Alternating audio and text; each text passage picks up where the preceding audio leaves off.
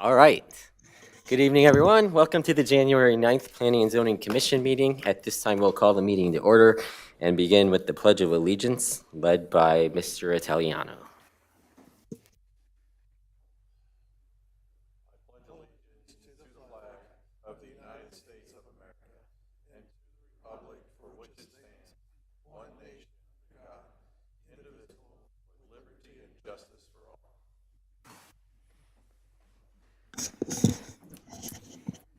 Please call the roll. Mr. Saunders? Here. Mr. Moog? Here. Mr. Martin? Here. Mr. Marsh? Here. Mr. Italiano? Here. Mr. Vice Chair Papsadero? Here. And Chair Schneck. Here. We have a quorum. Thank you. Is there a motion to accept the documents for this meeting? So moved. Moved by Saunders, seconded by Martin. Martin. All in favor, please say aye. Aye. Any opposed or abstentions? The documents are accepted. We all have the December 12th meeting minutes. Are there any changes or corrections? Okay, is there a motion to approve those minutes? So moved. Moved by Papsadero, seconded by Italiano. Italiano. All in favor, please say aye. Aye. Any opposed or abstentions? I'll abstain since I wasn't here. Mr. Marsh abstains. And those meeting minutes are approved. At this time, anyone in the audience who is planning to speak on any of the cases on tonight's agenda, if you could please stand up and take the oath to tell the truth. Do you swear or affirm that any statements you give this evening will be true to the best of your knowledge? Thank you all. Are there any changes to the agenda? No changes. All right. Then we will proceed with case number 1, the PZ-24-73, the WOLPERT PUD for rezoning. Staff report. Thank you. As you remember, on November 14th, the commission postponed this to tonight's meeting. Since that time, there have been some changes, and so the staff report reflects those changes. No changes to the site. It's still 119 acres that you see there. This is the new concept plan. There were some additional details put on there in response to some of the discussion at the meeting. 2 sub-areas. Sub-area 1 is the open space area. Sub-area 2 is where the development will be. You can see there's still some buffers. There's a little more clear delineation that there will be a path north-south through the site and east-west. This doesn't specify the exact location. That will be done at final development plan time, but it just shows that there will be paths through there. It does, on this plan, show 150-foot setback from the Hayden Crest Street subdivision there to the north, so on both sides of that. That will be planted with landscaping as well. There's some details that will be included in that. We recommended that those specifics be put in the text. Some of them are in the text, some of them are just on the plans. We just want to have them in both places so it's clear.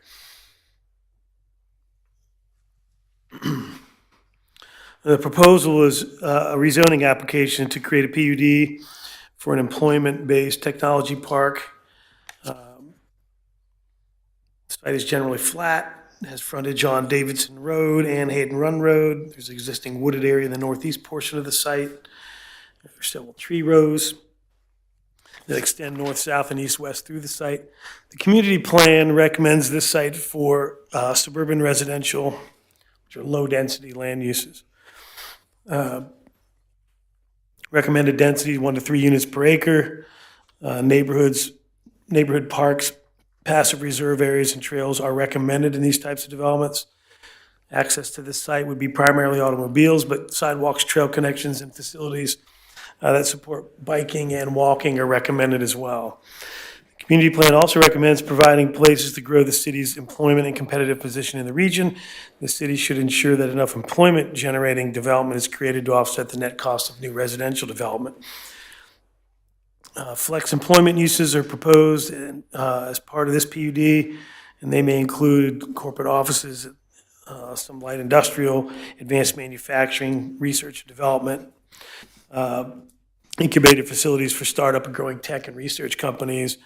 These could be designed in a campus or mixed-use setting and still have to have the connected pedestrian networks, and they could have shared parking, and there could be some universal stormwater management facilities in there to handle whatever development comes through. It was mentioned last time that the thoroughfare plan shows the extension of Wilcox Road through this site. That is not part of this application. There will be not, and we're looking to revising the thoroughfare plan, take that off. It's not going to be a required thoroughfare and to build out scenario based on the anticipated development. So that is not a problem. The staff report mentions the need to dedicate right-of-way along Davidson Road and Hayden Run Road to be consistent with the thoroughfare plan recommendations for the right-of-way width. The active transportation thoroughfare plan shows a future Central Ohio Greenway Regional Trail along the northern portion of the property. Let me go back to that. Also a north-south trail through the site, generally in the eastern part of this. But so you see this plan shows that idea, and I think we talked about this before, that along Hayden Run Road, it may be difficult to get that trail all the way through there just because of the nature of there's a subdivision there, and it may be easier to come through this site and then up along the railroad track. It involves less right-of-way acquisition from individual property owners. It may be possible that way, but either way, the plans all show trails in that area going east to west. So since the last meeting, the main changes that were done in the, let me get to this. This is really the recommendation in the comprehensive plan for residential and the impact that has. So there's fiscal analysis in the plan. If you want to go back and look at this, we can. Similar for flex industrial uses, the type that we're anticipating here or would encourage here. This is the thoroughfare plan segment that shows Wilcox Road. We're taking that out of this proposed rezoning. And then the trails, as I mentioned, and just some of the aerials you can see. So the Davidson Road there is at the top of the screen. It's looking southward. You see the kind of the shaded gray area. That's the open space area portion of this site. And this site goes all the way to the railroad. You can see there to the far right. And looking eastward, similar idea. So the intention is to preserve that tree row you see at the bottom of the site and then do additional plantings in there. Same thing here. So along Hayden Crest there at the south end of that subdivision, 150-foot wide buffer area that will be landscaped. It goes down to 60 feet there to the west where it's adjacent to the farm field. This is the text. I mean, there's some changes in there if you want to talk about anything specific in here. But one of the things that was added is some representative architecture of what these buildings are going to have to look like generally. They're going to have that level of architectural quality when they come through. And when they do that, as part of a final development plan, the commission will have a review of that. There are some setbacks that were discussed here, and so this was, we want the verbiage in the text to match the plan that we were just looking at. Parking requirement was also adjusted, so it would, you can see there, a minimum of 1 space per 1,000 square feet of usable floor area. That will actually be more consistent with what our code parking requirements are, and it will allow to not have just additional parking to meet the code that you really don't need. So we think that's more in keeping with the type of development that we're trying to get here. And then fence types that were put in there, and then the maximum height of 7 feet, which is consistent with our code requirements. So going down the list, of the permitted uses were of discussion last time. So in Sub-area 1, the only permitted uses are public parks, playgrounds, and recreation areas. That's it. There'll be no structures that are permitted as of right, whether that's a rec building or a pavilion or something. That would all have to come back through the process to get approved. In sub-area 2, the office uses are not changed.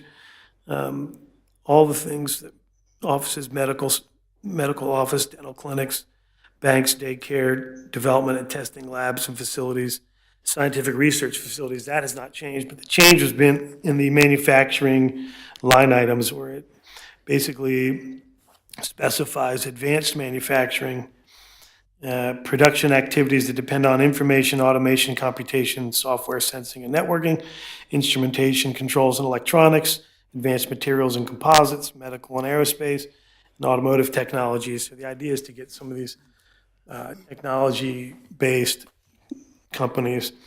Training centers are still in there. Contractors' offices and shops, but we're recommending that outdoor storage, that landscaping services be excluded from that. They just are generally more troublesome in terms of the outdoor storage of materials. They're more messy that way. They're more difficult for us to administer. And so if that is a desired use, they would come back specifically and have this reviewed. So there's a little more control on that one. But health and fitness facilities, breweries, distilleries, none of those changed. We still want a maximum percentage of floor area for design centers and showrooms, for product display, for warehousing, for retail and wholesale uses. There's some outdoor storage provisions that haven't changed, but they still have to be screened from view. There's a requirement for, in terms of architectural standards, that principal building facades that front a public right-of-way, that face residential properties or are visible from the school property, have to have the architectural elements that are shown in the text. So they have to demonstrate that level of quality of architecture, materials, and design. We just want to make sure that landscaping is in accordance with the landscape code. The text mentions a few of those items. We just want to make sure that if it's not mentioned in that text, it's got to meet our requirements for all those landscaping requirements based on the size of the building, interior and exterior parking lot requirements, and buffer requirements.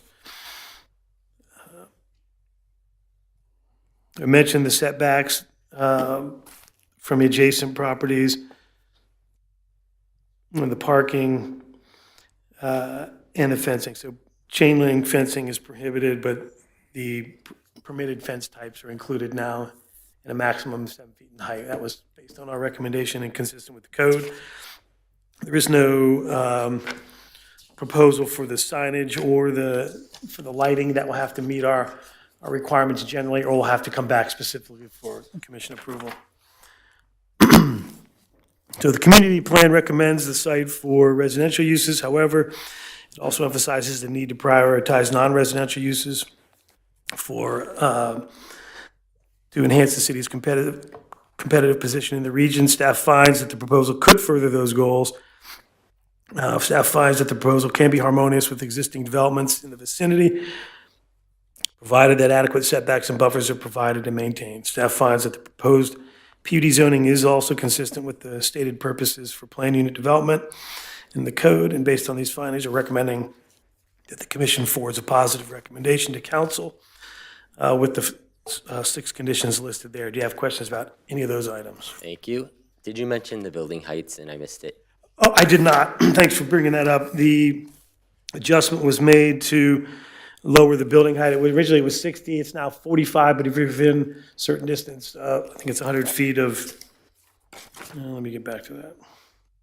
If you're within 100 feet of the residential area, it goes down to 35. Okay. So My question that's more is- consistent with residential provisions in the code. Gotcha. My question has to do with the landscaping, specifically on the perimeter. So I know the PUD text doesn't say quite as much about landscaping as like a final development plan. So when the development plans come are we limited in any way as far as adding buffering and mounding and landscaping based on the PUD text? PUD text. And then if it's not mentioned in the PUD text, but it's in the code, we can enforce the code. So the code is, so if the PUD text talks about buffers, for example, that's the buffer requirement. So that would supersede what's in the text or in the code for buffer requirements. But the text doesn't specify any landscaping for parking lot. Yeah, and what Screening I'm and that getting kind of at stuff. is like Hayden Crest, like to the south of that, if we needed more trees, for instance. Oh, so yeah, the final development plan comes through, then, yeah, that could be an item of discussion for the final development plan, additional plantings along that border, yep. Any other questions for staff? Yeah, I've got several. My first question is, at our last meeting, there was a conversation about increasing the size of the parcel in the lower left-hand corner. Are those conversations, have those been concluded and not pursuing, or is that still in consideration of being added to the parcel? I'm not sure what you mean. You mean that, this piece down here? Yes. That is not added. What you see in the pink is the parcel. No, when we talked before, there was a discussion about that being added to the parcel. And then my question is if that is still under consideration, or have I Oh, just... I don't know. It has not been added. I'm not sure if there's been additional discussions on that. Okay. It looks like the sub-area 1 is there any development opportunities up there, or is that just, so that's just all open? Not at this point. Yeah, it's all open space. In order for that to happen, there would have to be an application to come before the Planning Commission and Council to revise this plan to allow development in sub-area 1. Right now, sub-area 1 only allows public parks, playgrounds, and recreation areas, the only thing allowed in sub-area 1 at this point. Isn't Hayden Run more of a commercial corridor than Davidson? Well, probably, it depends where you are, but I don't think really in this area, there's not a whole lot of. Yeah, but I mean, we've got the other data center on down Hayden Run, and East, yep. it seems like the commercial part of this, I mean, the Davidson section is, I mean, either schools or residential. I mean, that's it. And the northern side seems like, and plus you've got the additional ground to the northeast along Hayden Run that has the potential expansion for commercial development there as well. I know it's not part of this piece, but it seems like this is, we're fitting in a commercial section into a residential area, and we're trying to make all these accommodations to make everybody be okay with it. It just seems like it's a round peg in a square hole. I guess that's just my opinion. I'm just curious if there are plans to, I mean, like from the zoning standpoint, if the commercial end of Hayden Run, if that ends up going northeast, ends up going more commercial, or do you anticipate that being developed residentially? Well, I don't see anything being developed in this woods, but this piece here. Yeah, and going of here east. It was approved as part of the Britain Central PUD for single-family detached housing. It's a residential subdivision. East of that, at the corner of Britain and Hayden Run, the corner piece is a sub-area that could have offices or banks or something like that on it, but that's it. And I remind you that along the southern side of Davidson Road, east of Leap, it's zoned for office. And then, all the way to the freeway, offices are, some it's retail and commercial. Oh, going to the along there freeway, as no well. question. So getting that far. So, I mean, but you're right, in this area, immediately east and north is residential, mostly residential property. What we're looking at in response to the applicant's proposal is, can it be something that's harmonious with that. There have been other developments like this surrounded by residential that, whether it was an office or other commercial district, that through the standards of development were deemed to be appropriate and harmonious with what's around it. So I guess the question is, what would make this harmonious? And if it can't be, then this will end up being probably housing. But this is an opportunity for something that would be different than that, but could still be appropriate. Can it be residential in its character, I guess is the question. Yeah, to find some middle ground between strictly residential and a portion of that being commercial, I think there's opportunities to do that. But I'm not comfortable just going through and just saying, just approving this as it is, because I think there's too much opposition, there's too much potential there that is going to feel out of place, just for me personally. Any other questions? All right. David, are you coming up? Great. I mean, Director Meadows. Good evening, members of the commission. Mr. Talentino covered a lot of the changes. He and I had the opportunity to meet with the two Hilliard neighborhoods to the east, Carrington and Britton Farms, and some of the themes that we tried to address with this text were certainly wanting to maintain that buffer area. It was loud and clear that the bigger the buffer and the more vegetation and trees that could be added to it, the better.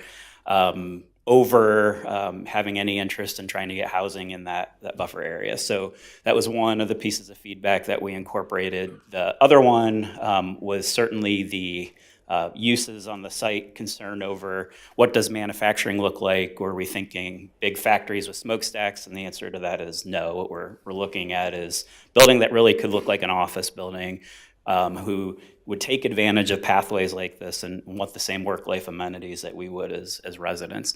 So we tried to accomplish most of those themes with this. And then the neighborhood, the township neighborhood to the north, we did increase that setback, added some landscaping, and that was the area that we got some of the feedback on building height. So that was where we reduced it from 60 to 45 throughout the entire site, but then also having a step back even further from there. So tried to accommodate best we could while still maintaining and preserving the ability to develop the site. And this is where we are. Okay, any questions? Go ahead. Hey, David. I had one question for you. In the sub-area 1, we've got a pretty big section that's shown as kind of the retention pond. And is it feasible to require either all or some portion of the stormwater from sub-area 2 to remain on that site, maybe using some of those under parking ground containment systems? So under parking containment, you typically use in a pretty dense urban area where cost is a big factor. It would be incredibly expensive to try to do that here. The other piece to this is this storm detention isn't just for sub-area 2, it's also for the pathways and whatever impervious space that comes out from sub-area 1. So in order to preserve what we did with maintaining development land, but then also having addressing stormwater from a regional standpoint versus having that be at an individual tenant level, this was the opportunity that made most sense, in particular because there's two different tributaries that the site is impacted by. So you could have multiple detention ponds throughout this whole site, which having more of those than we need didn't seem to make a lot of sense either. One is definitely needed on the southeast corner, one is definitely needed to the north. And will that alleviate, I know some of the residents in that section of the neighborhood there have some water issues in their backyards. Will that So improved conditions cannot exceed what is happening today. So just by repairing storm tile and that type of thing, that stormwater can't just sit on that site anymore because it has to go somewhere. So anything that's impacted from the development could. I'm not an engineer, so I can't answer that, and we haven't gotten to the civil design yet, but Mr. Roush might be able to speak if approaching this from a regional standpoint could alleviate some of the flood concerns. Yeah, I think it will. What I've seen when I had a call or two from those residents was seemed like a lot of the stormwater just ran off of those cultivated fields, especially when the crops were off of those fields, during the late fall and winter months. That's when it seemed to be the worst, with the stormwater coming onto the rear of those properties in Britton Farms. Thank you. Is it the city's intention to, create a park, or, the city's going to be responsible for maintaining all the open area and mowing the grass and all that kind of stuff? So this will be dedicated over to the city if approved. So all the open space would be out of the control of potential development. It would be deeded over to the city. And it would go through its normal capital planning for what trails to build out, that type of thing. So yes, it would be city property. And that's only the white areas, not the sub-area 1? It's all of sub-area 1, that 48 acres would be city property. Okay. Any further questions? All right, thank you. How many people in the audience would like to comment on this case by a show of hands? Okay, it's not as many as I thought. So who would like to go first? Go ahead. Great. And can you turn on that microphone? And then we'll need you to state your name and address as well. Can you hear me? Okay. Yep. Sarah Bloom Anderson, 4797 Hayden Crest Road. So do I have to tell you when I want you to? Oh, thank you.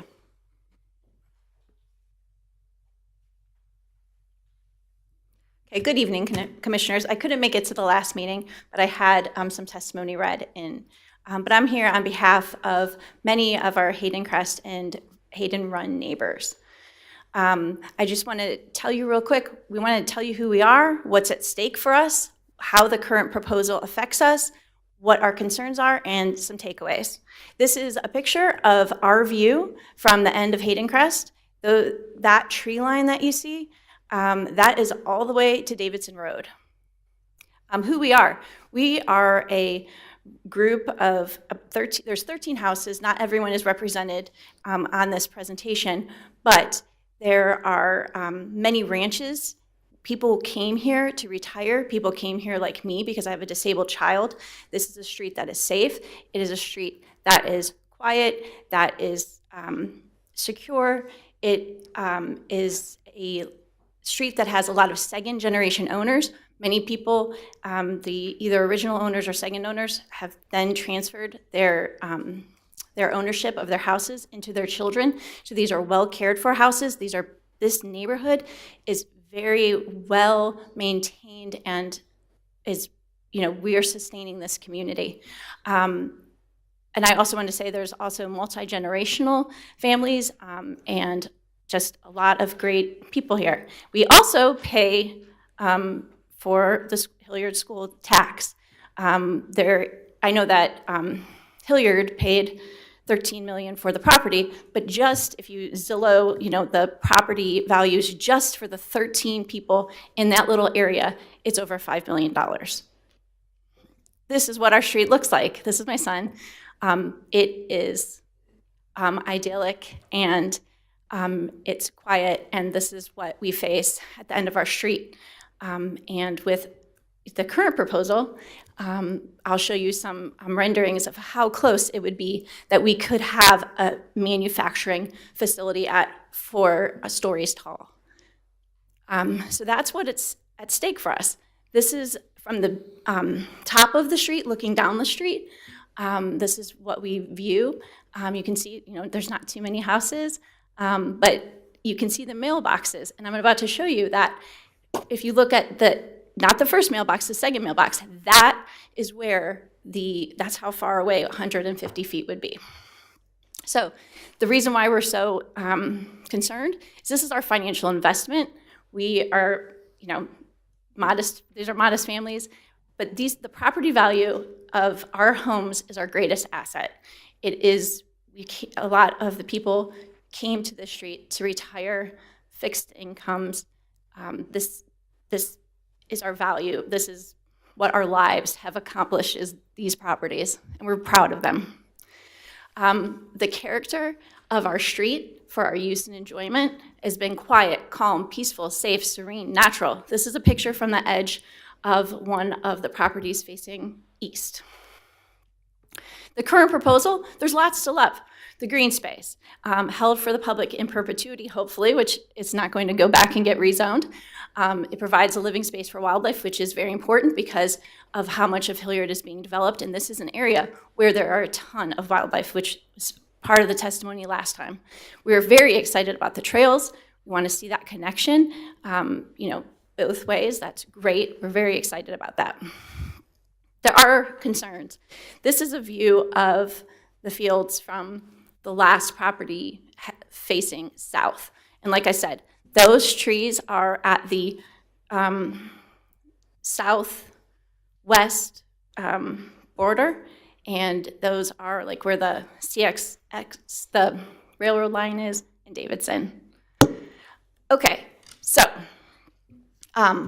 first of all, we have concerns, like were included in the staff report, that the barriers, the 150-foot setbacks were not included in the text.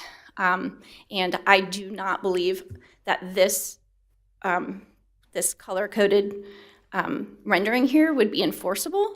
And I also do not think that it's appropriate to wait to put in our protections for our property values, for what we need to have our use and enjoyment, to wait for a later on when there's a final plan. We need the protections now. This is when the door opens, and once the door is open, we can't shut it. This is when we have our negotiating strength. This is when we, I think it needs to be captured here. And I don't think that the minimums are enough. We would like to see 300-foot setbacks, which kind of would make it along the line where you see like the jagged edge at the end. And then we'll talk about a little bit, I'll show you a little bit about the where the road would be on the eastern portion. Okay, so I just want everyone to understand what 150 feet is compared to where we are on Hayden Crest. Our properties are 100 feet long, or 100 feet wide. That is to the next property. And they're 272 feet long. So that 150 feet is less depth than our own properties away from us. And if you look, if you easily measure, that would mean that not the next door neighbor, but the door down, that's where we would have a manufacturing facility that could be 4 stories tall. And right now, there's, you can tell there wasn't even any green trees scribbled in on that drawing to create a barrier. And the Hayden Crest property owners, it is not sufficient to wait for the future property owner to put in whatever barriers they are going to have to put in around their piece of property. There could be 5, there could be 3, there could be 1. We need the barriers, the screening done by the HDC before the door opens to future developments. I just want to show you what it looks like.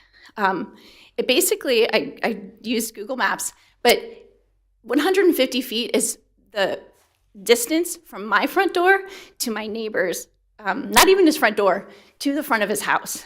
This is what it looks like. That house across the street, that's 150 feet away. So we're saying that could be a manufacturing facility or an office or a warehouse, and there's no, that's how close it would be. And that would be our view. That view to the view below. And I just wanted to also show you, this is the view. I live on the western side, but I'm here on behalf of our eastern side neighbors as well. And this is their view from their backyards. The tree line right there, that is around 400 feet away.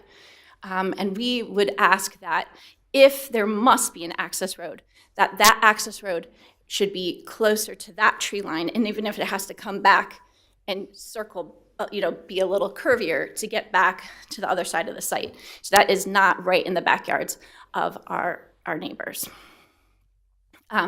We do also have concerns about the long-term quality and supply of our well water.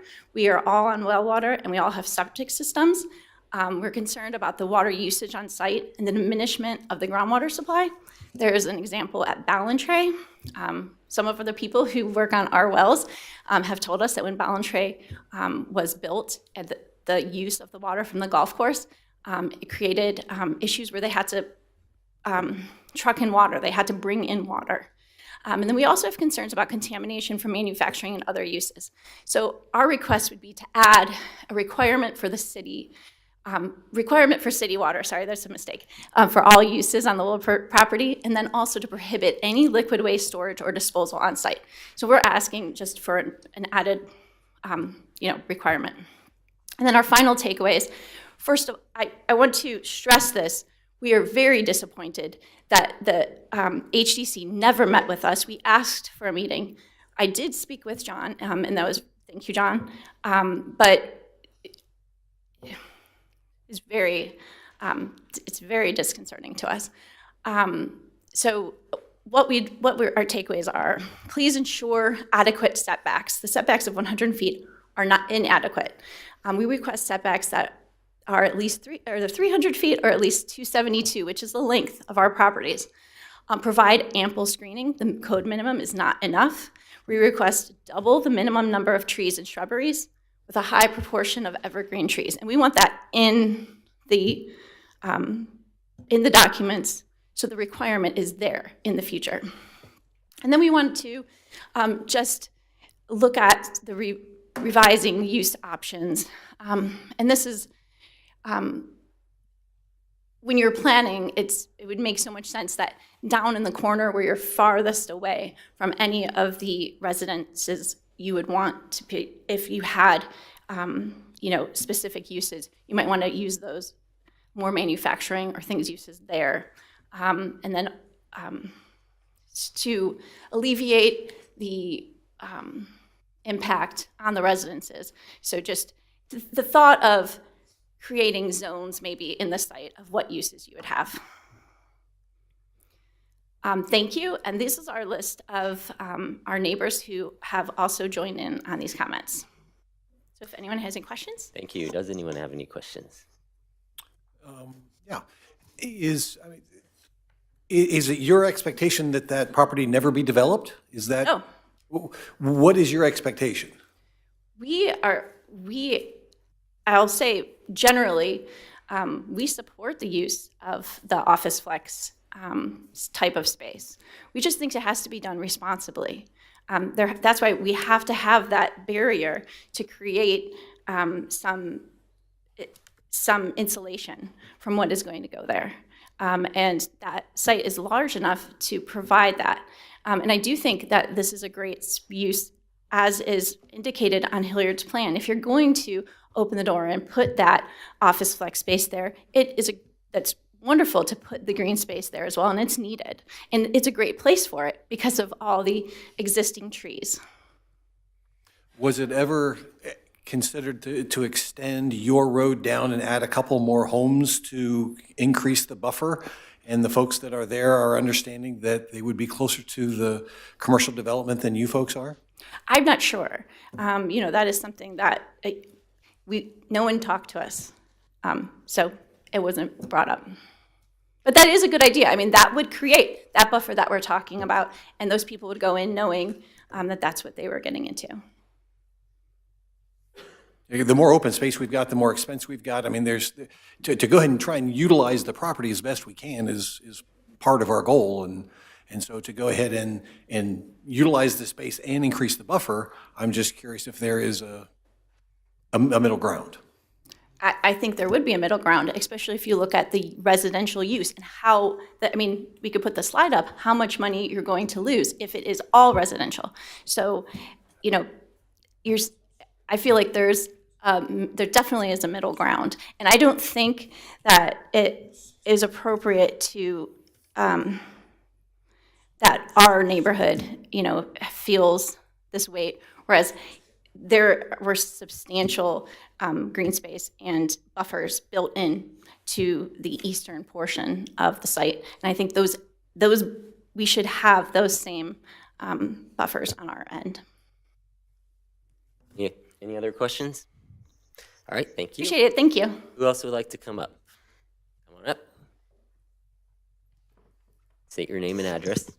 Steve Goodman, I'm the owner of 4825 Canterwood Court. That places me right at the edge of the current field and the sub-area 1 open space. So we have the advantage of being able to see the lovely field and the forest at the same time. It's a very heavily wooded forest with a lot of animals, and like Sarah said, we would like that preserved as much as possible. That said, I am not, and my wife and I are not opposed to this development plan. I would propose that if it were possible, that this be sequenced so that sub-area 1 be developed first. I know there's an extraordinary cost that would go with that without necessarily having someone to purchase sub-area 2, but if the neighborhood and the neighbors would be able to see in advance what they're getting, and that would have to come first, I think that would have a great advantage in making us believe that sub-area 2 would be developed in a more reasonable way. Okay, are there any questions? All right, thank you. Come on up.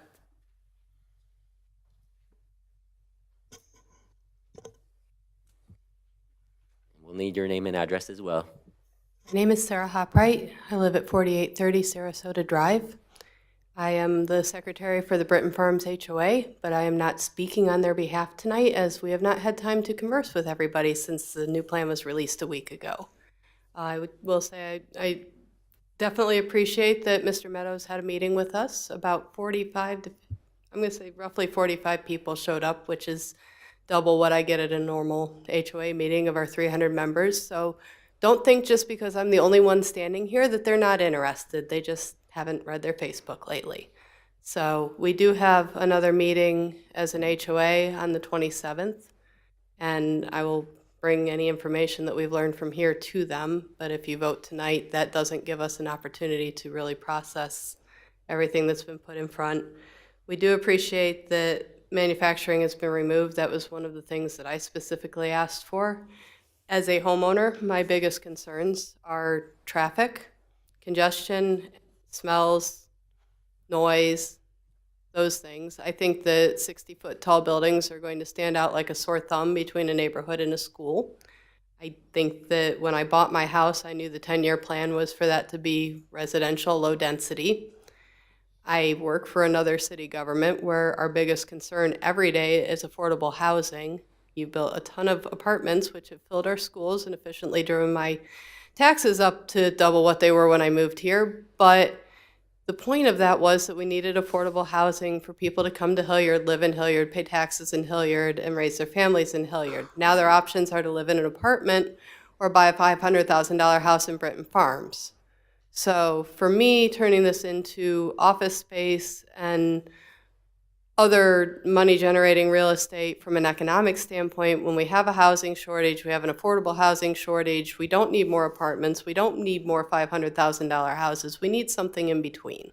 And you're not leaving any room for that next to 4 schools. Another concern I have is traffic. That is the number one thing that comes up in our HOA meetings. I can present you with the meeting minutes for the last 6 years, and nearly every meeting, somebody has a gripe about parking on the streets or traffic out on Leap or Davidson, and when can we get the light turned back on, and all of those things. So the biggest uses left in here that I think are going to drive more complaints about traffic are your larger unrestricted uses, like still your manufacturing, but your more specific manufacturing. How many trucks are going to come into those places? The railroad track backs up traffic. I know you have a traffic engineer, but the schools back up traffic. We have a roundabout at one end. We have downtown Hilliard on the other end. Leap and Davidson is literally the only way that people are going to get to the front half of this development. And we've been told that the Davidson side will be the first part that is developed. So for years, none of that traffic is going to be diverted to Hayden Run. We're also going to have all of the construction traffic. And construction traffic for homes looks way different than construction traffic for 60-foot tall buildings. I back up specifically to Davidson. I have right-of-ways for AT&T, I have right-of-ways for AEP, I have right-of-ways I probably don't even know about in my backyard. And I have large electric poles in my backyard already. But if any of these advanced manufacturing plants need more electric, AEP is definitely going to bring it to them. And that's going to look really ugly. And it's probably going to crackle when it rains, and I just spent $100,000 on my backyard. So from a homeowner standpoint, those are my biggest concerns: the traffic, the smell, the sound. From an HOA standpoint, I feel like our residents haven't had a chance to process the new red line version because it came out a week ago. And I would just ask that we put this off a little bit longer while we all discuss and maybe narrow down this list a little more if it's not going to be housing. One final thought, and then I promise I'm done. All of that municipal storm area, that's going to have to be inspected monthly. That's going to have to be maintained annually. That's going to have to be reported to the Ohio EPA. So the city is setting itself up to be responsible for the mowing of the grass, the maintaining of the landscape, taking care of those shared water areas, because you're clearly not going to make them put dry detention or wet detention on the manufacturing areas if we're going to divert it all to the new area. Those are all costs that are going to offset any benefit that we get from the tax money from these other buildings. Okay, are there any questions? Okay, thank you. Thank you. Who else would like to speak? Come on up.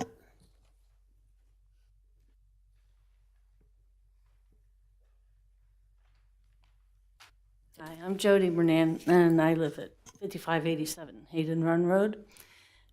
I just want a little clarification on the map.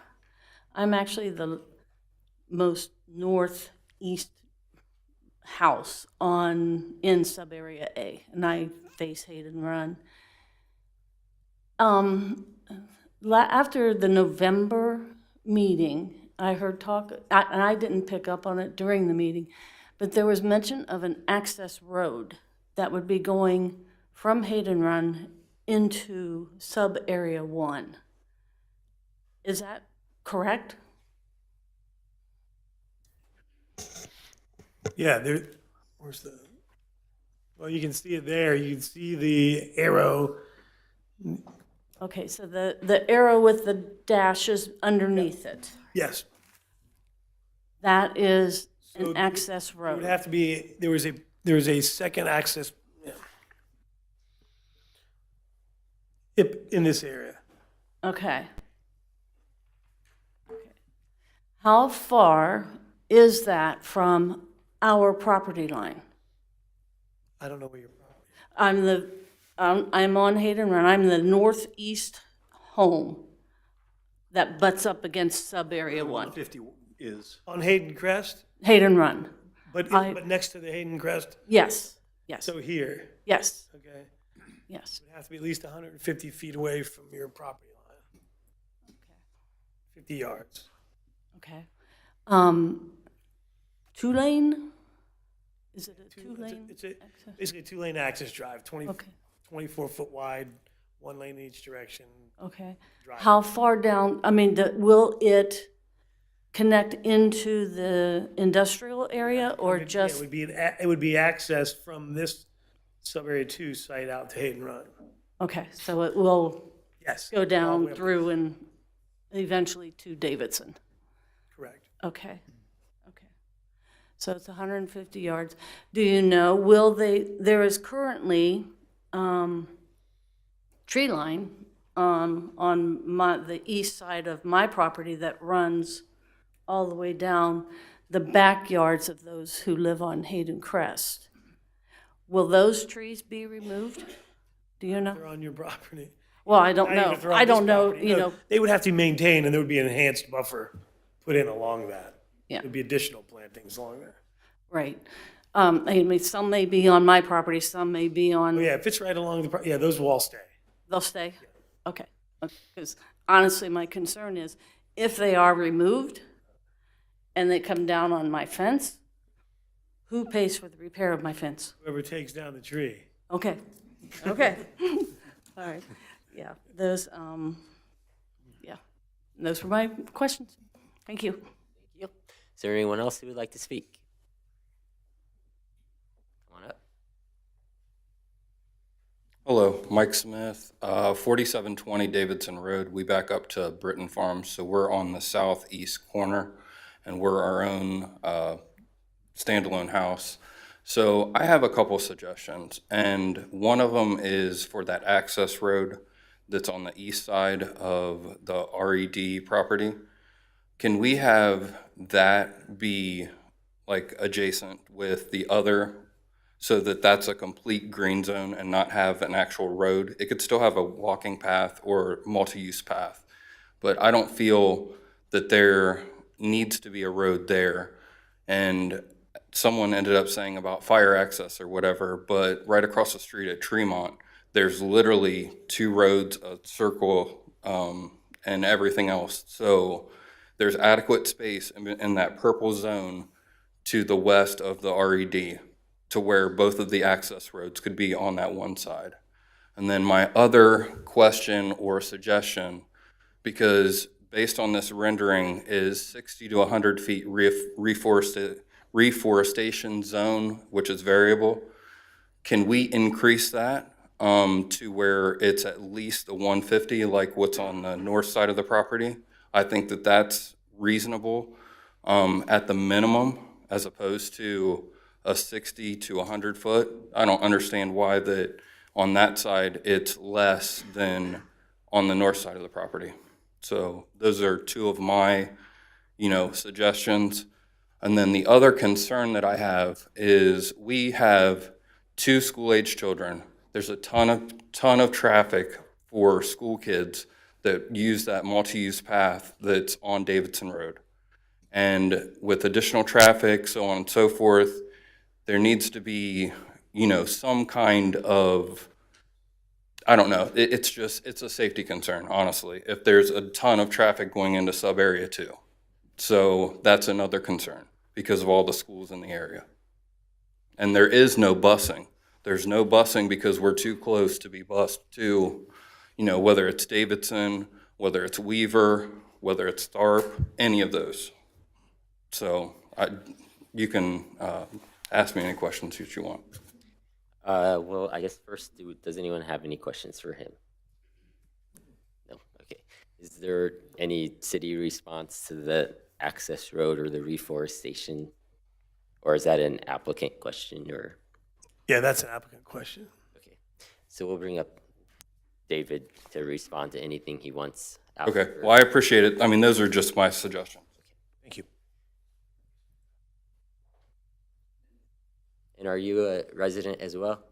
No, I'm a consultant to Hilliard Development Corporation. Making sure we don't have any more residents who want to speak. Okay, go ahead. Joe Smiley, 1169 Blindbrook Drive, Columbus 43235. I'm a consultant for the Hilliard Development Corporation, and somebody had a question of. Were you, or based? They were asking David. I'm here to answer on behalf of. I was basically bringing up what the last speaker brought up. So he brought up the 2 access roads at the south, and as well as the reforestation. So I just wondered if you guys had any responses to those. Yeah, the any of the buffer areas or the reforestation will take place upon prior to the first acquisition or development that takes place in sub-area 2. I think his question on that was why that was a smaller buffer than on the north end, where it's 100. You have the 150-foot setback, and that's a 60 to 100-foot reforestation zone. So he was questioning why that was shorter. I don't know if that's because that's against open space or what, but so that's shorter. Yeah, if you could explain that. Did I get your question right? I would ask John if there's a differential. I can explain that. You're talking about here, this shows a reforestation. The idea was to just enhance that tree row area right there. That doesn't mean the buffer areas is only 60 or 100 feet wide, and this is not 150 foot wide. Right. a reforestation area. It's a buffer. It'll have plantings in it. But the idea was to make sure that that existing tree row is enhanced. And then basically, if you start reforestation efforts there, then that gets planted quicker and grows quicker. It was for This, the but purpose this of. buffer area is, almost 400 feet wide. Right, that's what, So it's- that's what I was trying to get clear, is you have, It's not less wide than the. you have the big buffer because of the open space, and you're adding the reforestation zone onto that. Is that the difference between, say, on the north side? Yes, because it's the area, there's a lot of trees in that area, and so the idea is to enhance that with those tree plantings. It's already there. There really isn't there really isn't as heavily planted here currently, so it's just a different effort. But the idea up there with the road, as the lady mentioned, is not to take down any of those trees that are anywhere close to their property lines. Yeah, but he was talking about the road off of Davidson. The road off of Davidson, we've had a traffic engineer review, create a very extensive study, which has been reviewed by the city engineer, traffic engineer, and approved as a great situation for access to this site and what's necessary. Okay. And then I had a question related to that 150-foot setback by Hayden Crest. How much discussion was there on what that amount should be? Should it be more? Should it be less? Is it this way so you have more land to work with south of it? Well, we have a balancing act here that there's an investment of $13 million. This property was originally scheduled to be residential. So when you look at it and you say, okay, if somebody comes in here from a residential development, their idea is going to be to stay as far away from the railroad lines as they can. So they're going to push the bulk of the housing right up against the other neighborhoods. And they'd have the absolute right to do that with the existing zoning. They could be literally, you could be sharing a fence line. That tree line could come down. Everything that's not on their property would come down. That could be a line of house. I'm a developer, been doing it for 46 years. That's first place. When I first looked at this property, I suggested, let's put housing all the way up there as a buffer. Those people know that they're moving in. That's it. I said, short of that, I said, a 100-foot buffer on this. I've been doing this a long time. I have never in my life seen a developer or a city buy 119 acres and dedicate 48 acres to open space. The city wanted to come in with their best foot forward. That's what they did. That's where they came. They've acquiesced more, but there's a balancing act. At some point, this no longer makes any financial sense. And at that point, it's like, well, put it back on the market for housing. And that would be my recommendation to HDC if we can't make economic sense out of this. It's a tremendous open space. People are going to look at that. People talk about the deer and they talk about the foxes and everything else. Well, before that residential development was there were deer and there were foxes and everything else where those people are now living. Development is actual. It's here. It's the enhancement and the economic development task is to do everything they can to reduce the tax burden on the citizens. And that's the whole goal behind this project. So that's how it kind of came to be. Gotcha. Are there any further questions? Mr. Chairman, you asked about the buffer width, if there was discussion about that. Yeah, the one to the north by Right, Hayden so where that number came from is when you look at the most intense use that's proposed in the text up against single-family residential, the code requires a minimum 100-foot buffer. That's with no landscaping. If you put landscaping, 13 trees per 100 linear feet along there, you can reduce that by half, so 50 feet. The intention was to increase that by a couple times to just ensure that it's above and beyond what the code would require. Okay, thank you. Anything else? All right, thank you. Thank you. Actually, I do have a couple questions. When you looked at the access points, looking at the one that is in the southeast, is that aligning with the curb cut on the south side of Davidson, or is that to the west of that curb cut? I don't know the exact alignment because I don't have the traffic study in front of me, but Letty reviewed it and commented. It was a originally in a slightly different place, but he insisted that it be moved to this location for the best dynamics for the traffic flow. It's west of the Tremont access point because that's a safer design. Separate them farther so that you don't have the problem with conflicting turns out of both sides of the street. Okay, so when you end up turning left, don't you end up blocking traffic when, if somebody wants to turn left into one side, you end up, like the same problem that's right there in Mill Run, where the roads don't align and the left turns, somebody's going to be blocking somebody else. You're either going to get it coming in or coming out, so the idea is to separate them by a distance that allows a couple to stack so that it's a safer situation.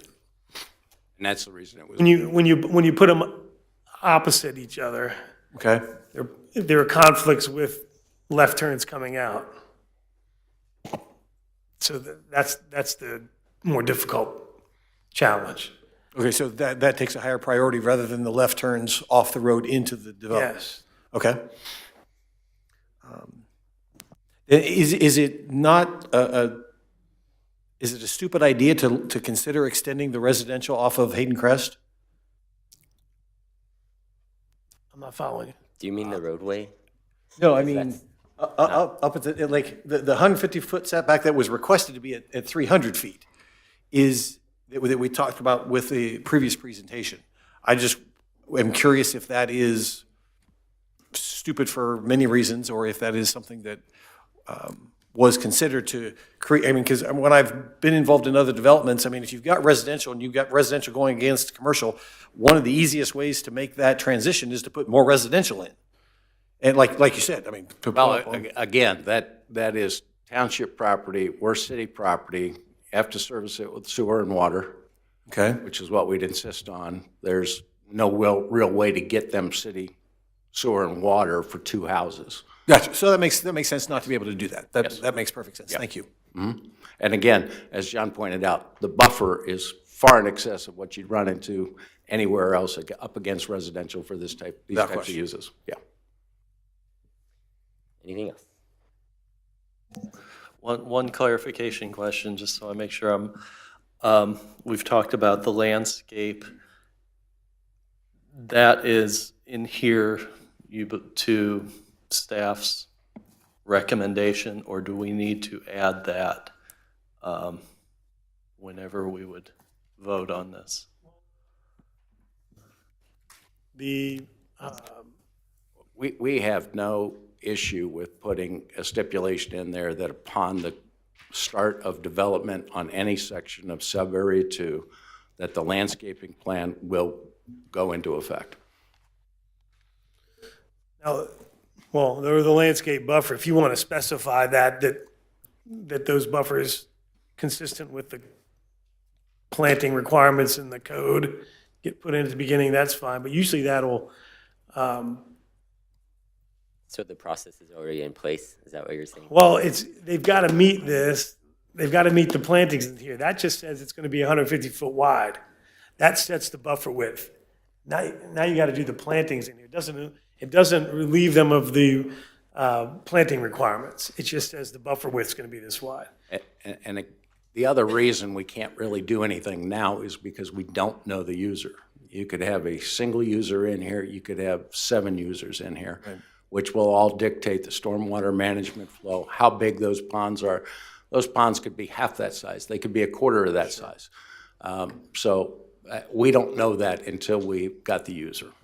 Yeah, and related to the landscaping, that's why my first question was about that and whether it is more appropriate to consider that with the final development plan. I would agree with that.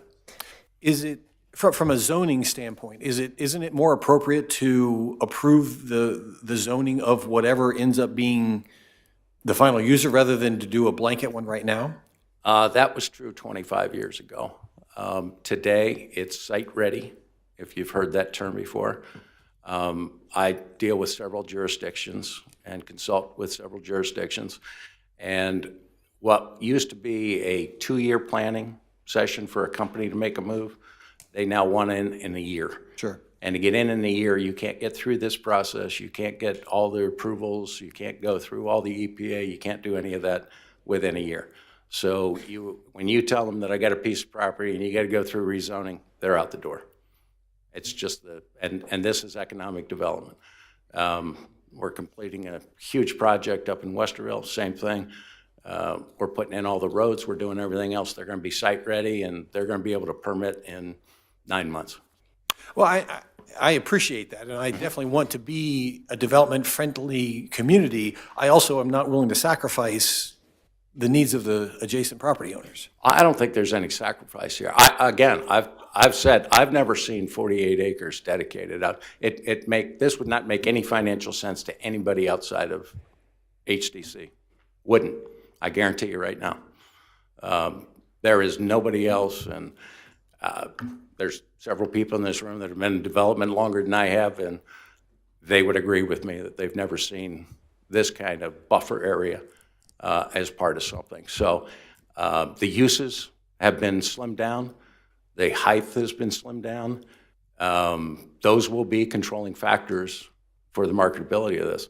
But we're not talking about businesses with smokestacks or anything like that. We're talking about new robotic companies, optic companies, that type of thing, that are extremely high-tech, startup, et cetera, high-paying jobs that will want to live in these neighborhoods, that will want to buy these houses when these people decide that they want to move or retire or move someplace else.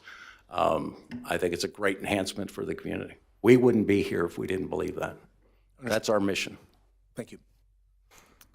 Okay, I think that's it for questions for the applicant, so thank you.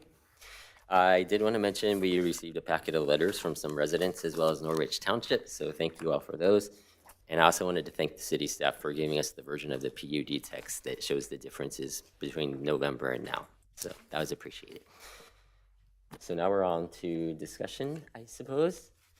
So I guess I'll give you guys something to react to. Originally, I was concerned about the residential on 3 sides and then the school on the other, and the fact that in the comp plan, if you just read it, you'd think, oh, there's residential going here. But I feel like my fears with that have been alleviated, especially with the different buffers and setbacks, as well as the lowered building heights. So that's basically what my thinking is. Would anyone else like to share? Yeah, I agree on that. Also appreciate what the applicant just said, which to me would essentially be a 7th condition, that the landscape installation would begin prior to development of the sub-area 2 site. I think if we approve it, we should include that recommendation. And I could get on board with that too. Yes, I know when we first heard this, I'd raised a number of questions about the lack of specificity, and those have been addressed, which makes a big difference. I think the text has come a long way, and the concept plan is more detailed. The one question I have about landscaping installation is whether that becomes an issue in terms of funding involving council and allocating dollars versus the development corporation, and just understanding that complexity relative to this. But otherwise, I think the project has come a long way in a short period of time, and I can be supportive of it. Okay. Anyone else? Okay. I don't know if David or someone else had any comment as far as that landscaping. Okay. All right, then if that is the case, we can take a motion. I'm looking to Pete if you want to add that 7th motion. 7th condition, I mean. All right. I move to, on case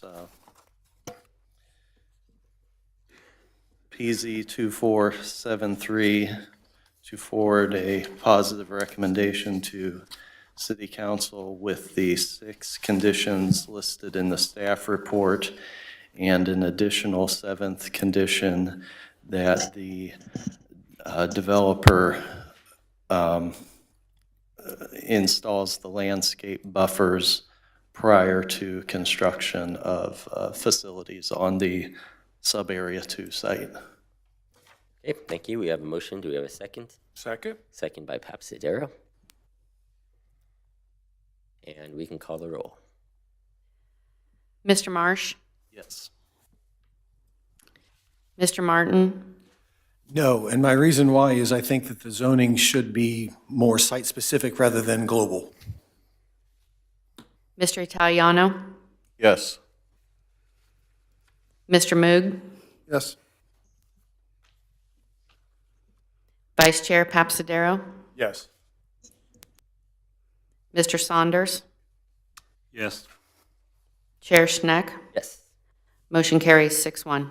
Okay, so that case will be positively recommended to City Council. If anyone wants to walk out so you're not here for the rest of the meeting, feel free to do so now. And to the rest of you, thank you for bearing with us.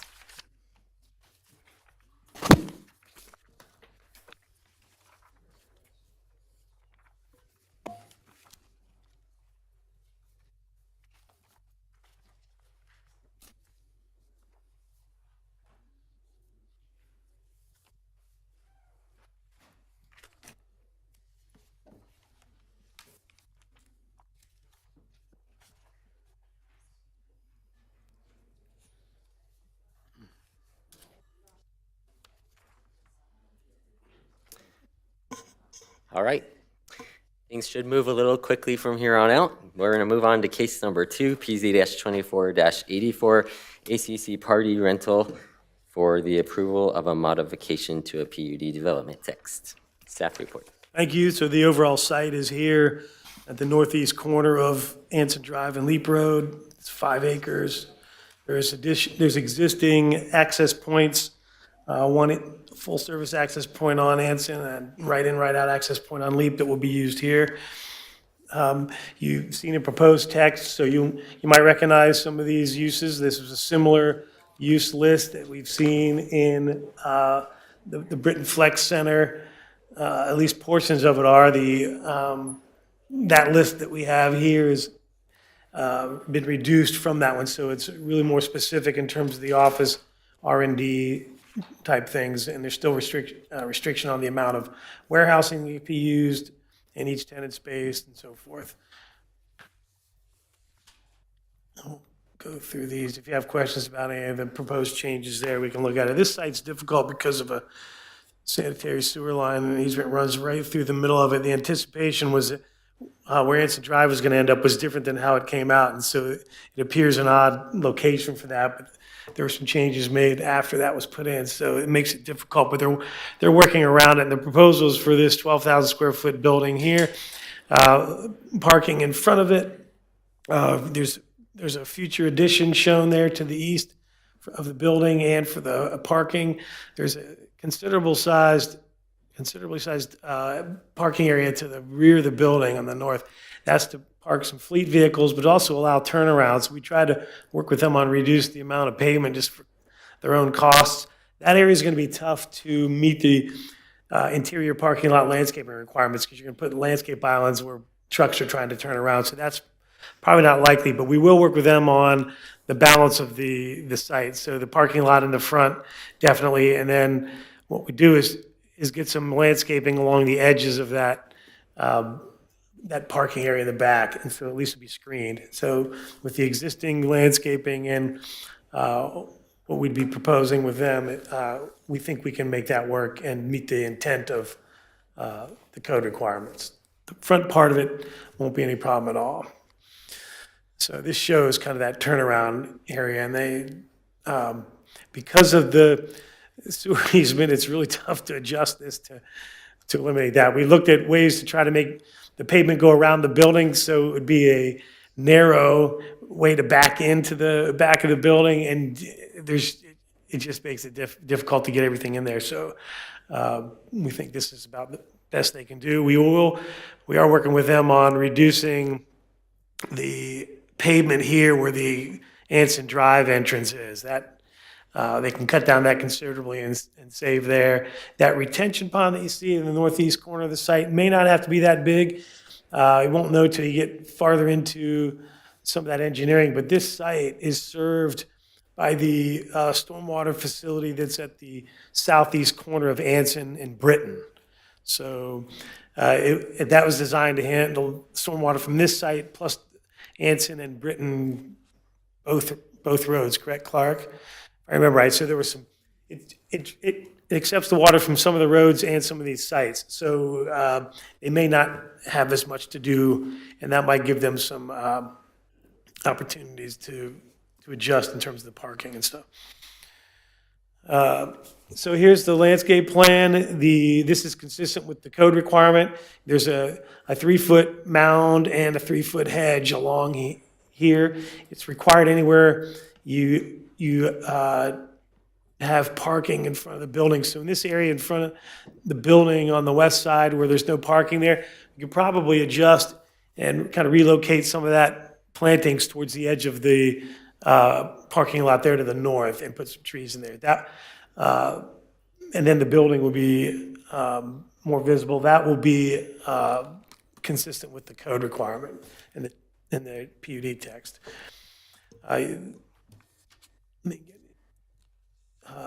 Trash enclosure screening meets. So this is the building. So there's a requirement in the text currently for 20% of each side of the building to be brick or stone or stucco stone. The requirements are being revised to allow these insulated metal panels. So the one side has them. The ADS Research and Development Building that's just got built there at Davidson and Lyman, their walls that are white, the big tall walls, that's insulated metal panel. That's what they're proposing. Just a different color here. They're not currently allowed in this text, but they're proposing to add that. And then the proposal also would allow either brick stone, stucco stone, or those panels to be the 20% on the sides of the buildings that face the street. So what the intent is to try to, you see on the south elevation, to have a mix of those materials and colors to break up the massing. This is kind of their office portion, and then this is the larger area where they do assembly and storage and do some of the facilitation of their product. And so that's a taller area. There's a mezzanine on that office side. Facing Leap Road, you see here's a nice rhythm of windows, and they got the brick. Goes up to the second floor at the corners, kind of gives it that vertical element at both corners. The east elevation, there's just a change in the color of the metal panels. That wall will eventually go away when the building gets expanded. So the idea to put brick and things on there that has to come out, they at least are trying to make it, to alternate the materials and make it look like that vertical element so it has some consistent features on all four sides of the building. So the panel that they're doing, so in the text, we're recommending that it specify that type, this metal span CF light mesa. It has a textured finish, so it's almost like the stucco type, so it has some texture to it, not just a flat metal. I think that'll be nice. So if they can use this quality of a metal panel, then we're comfortable with that. This site, being at the far west end of this sub-area, it's across the street, across Leap Road from industrial properties that are really just basic metal buildings. There's some of the V-rib metal panels. What these guys try to do is incorporate some of the design elements of Rock City Church. When Rock City came in, they had some brick and some panels and tried to make it more of an industrial look, an office look, and that's what they're trying to do, simulate some of that. It's a different type of building because it has the taller ceiling requirement for what they do, but I think they tried to do that pretty well. So these are the buildings that are nearby. Rock City is across the street to the south. The building on the lower left is across Leap Road, and then north of that building is the one on the upper right. And then you see the Grayson Apartments north of that, and you see the existing plantings there, the landscaping that's along the stream, along the north side of this property, and that's a pretty good screen. So they're clearly have a better architectural detailing than the straight industrial buildings, and I think they tried to incorporate some of the things like Rock City. You can see on Rock City's side, they got some of those panels. They changed the colors and put a design in there to break up the massing a little bit and alternated the brick and the panel areas and the colors of those to to break that up. And then there's a little bit of window area as well. So I think they're consistent with that, but it does require the change in the text.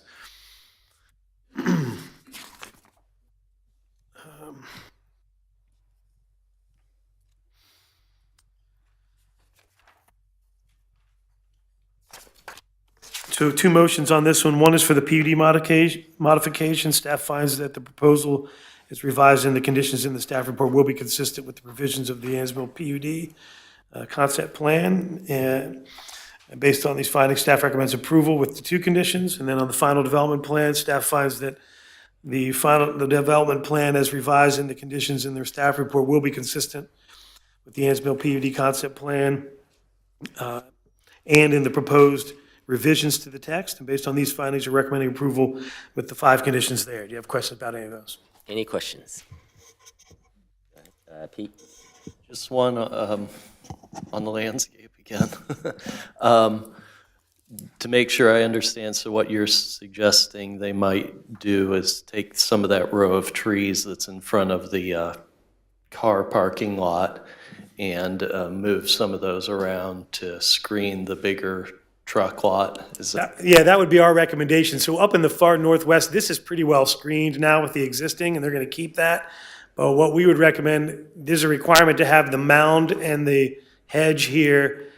There isn't a requirement to have it in front of the building, but we would say relocate that here and, like you said, relocate some of these plantings, evergreen trees or those shrubs or combination of that, and count that towards the perimeter being good enough. If the commission thinks that's good enough for the landscaping portion to go with the existing landscaping on the north and west sides, we will work with them on getting that a good screen. We think that's meets the intent of the code. If not, it doesn't meet it exactly, because we don't want to put islands out in the middle here where trucks are turning around. So if you're comfortable with that, we work with them on that. Yep, thank you.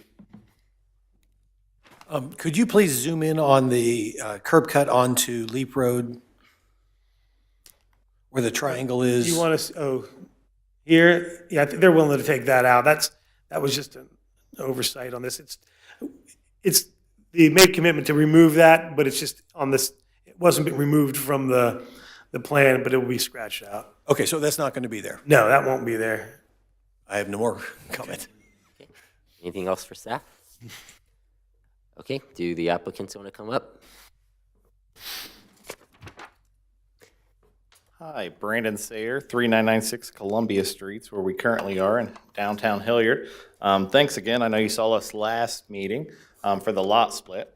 I actually have my other two co-owners here, Briar and Joey. They're actually my cousins as well.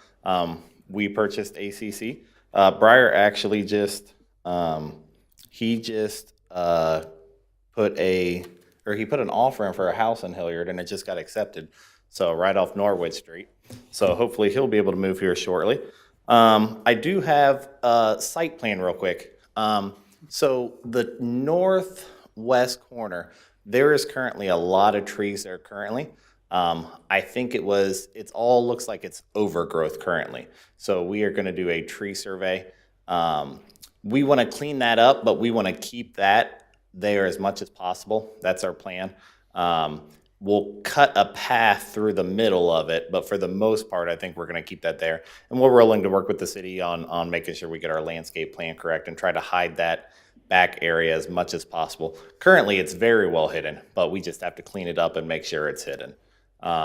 So as John mentioned, this site's very difficult with the sewer running right through the middle. Ideally, we wanted a road to kind of go around, which still may be possible. That would be an ideal scenario, but we have to really do some work on that pond. So, but this is our current plan.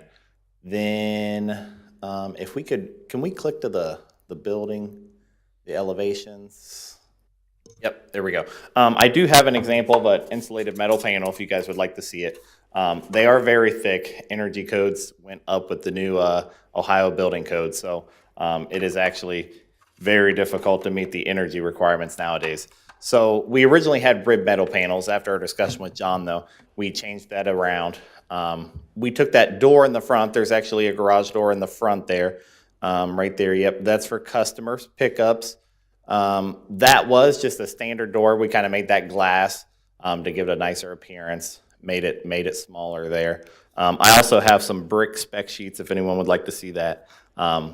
We want to go with kind of a lighter gray brick like Rock City had with a darker metal panel to kind of match that darker industrial appearance there. And you can also see two overhangs. They're orange right there. So our colors are blue and orange. We thought that really popped right there. Yep. So those will be overhangs. Just the edge of those will be orange. Then we made the gutters on the outside. You can kind of see those. We tried to create a pop there. Kind of like 4C Power just redid the front of their building, how it kind of has like that darker aesthetic, then it kind of pops. That's what we were going for. Nothing too crazy, but something that looked good. Other than that, we appreciate the time. If you have any questions. I have 2 questions myself. So the staff, excluding the outdoor storage and landscaping services, I don't know if you're listening or not. The outdoor storage and landscaping part being removed, are you guys on board with that? Yes, correct. We added in, does that show on the PUD, it shows, I think that was just outdoor storage for landscaping. We are asking for, on the PUD text, I think we're asking for 1,800 square feet. So let me explain that. So on this plan, with the future building addition, there's a future outdoor storage area, correct? That's on the on the addition. Yep. The idea is to get it in the text so we don't have to do the modification when it comes back with the addition. They'll just bring back the final development plan on the addition with this area. This will have a roof over it, and it'll be screened. Yeah, we're asking for 1,800 square feet covered. So we're comfortable with that, and that will be the limit. There won't be piles of anything out in the back or that kind of thing, and then just the fleet vehicles. So we're comfortable with that, but that's what the text is specifying. And it may not be exactly like that, but at that point in time, we would have to get it approved. And we just want to make sure we can do a small outdoor storage area as long as it's covered and screened. So. And I saw the staff recommended that the wall signs have a light colored background. Is that just a suggestion for them? Okay.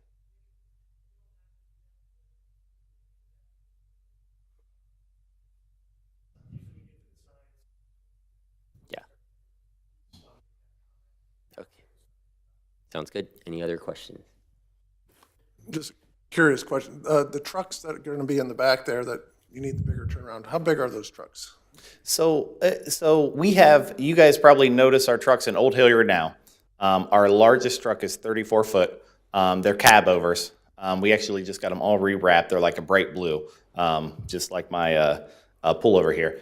The problem is, and why that area is so big, like maybe once a month we get a semi in, and it's just a delivery.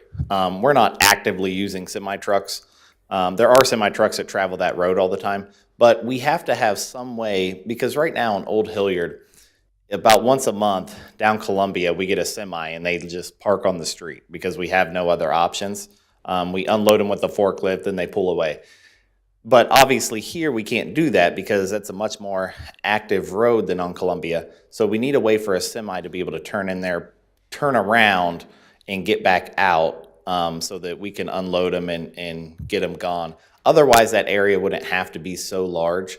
It's just with that sewer running right through the middle of the property diagonal, it makes it really hard to kind of come up with some kind of concept where a semi can get in there and get turned around. Any further questions? All right, thank you. Is there anyone in the audience who would like to speak on this case? Okay, then we can take a motion starting with the PUD modification.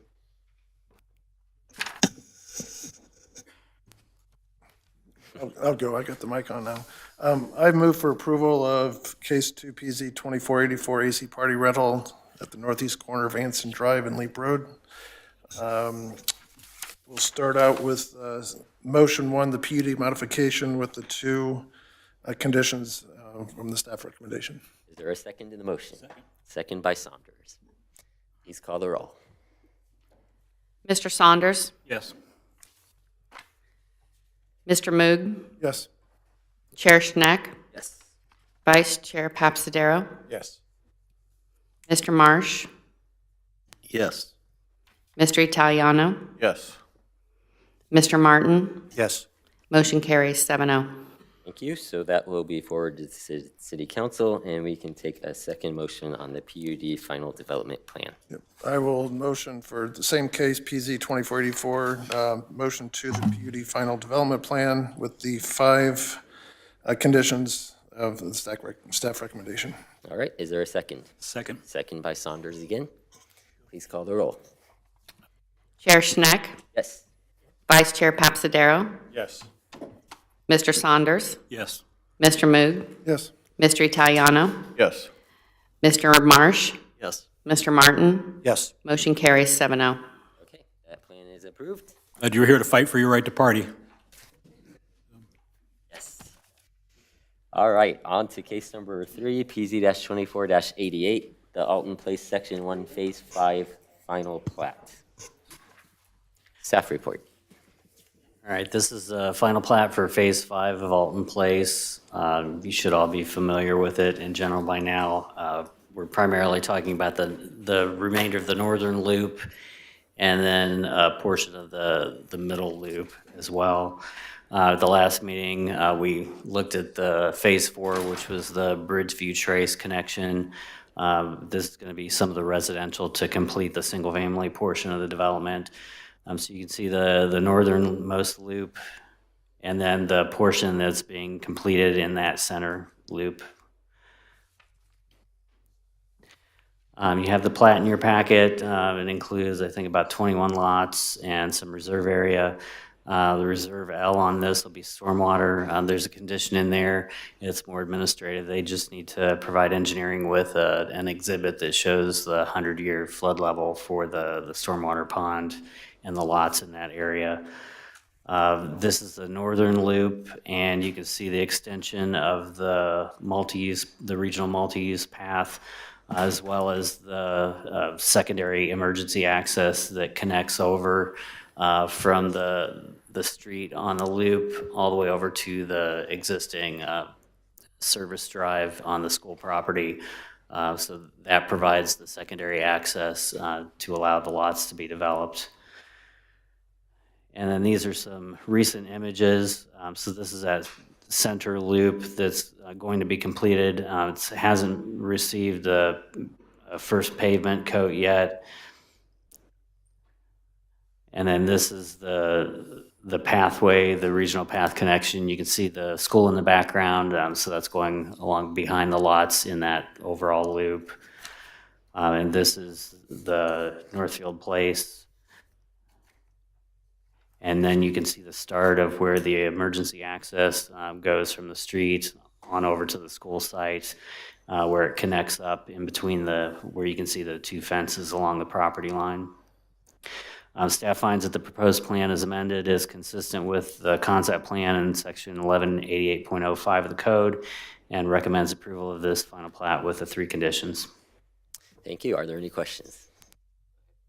Is there any vehicle barricade to prevent vehicular traffic across the emergency access? Yeah, when it's completed, it'll have breakaway barriers that are typical, and those are being addressed as part of the civil plan review process. Breakaway barriers, like a bollard type that the truck drives over, or? We'd have to look at the plans, but whatever the approved detail is. So there's something? Correct. Okay, thank you. Yeah, they certainly don't want people to be able to drive from the Right. school site. That's where I was going. Yeah.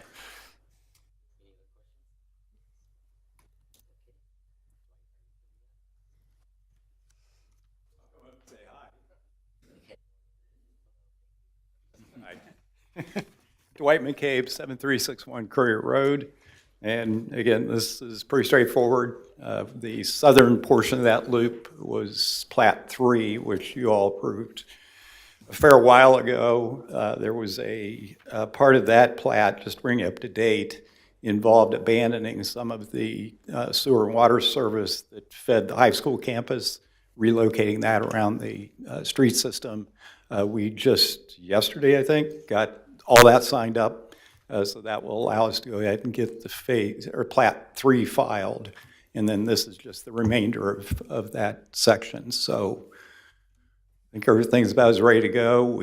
We found the last day that the asphalt plants were still open in December, and did extraordinary measures to actually get that area paved and ready for going vertical with housing. So it was quite a fall to get that done. It was the rainiest December we've had in, I think, my lifetime, following the driest summer we ever had, and we weren't able to do things during the summer. So we did them in the winter, and here we are. So glad to have those hurdles passed and ready to move ahead.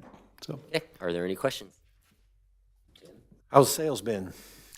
Sales are terrific.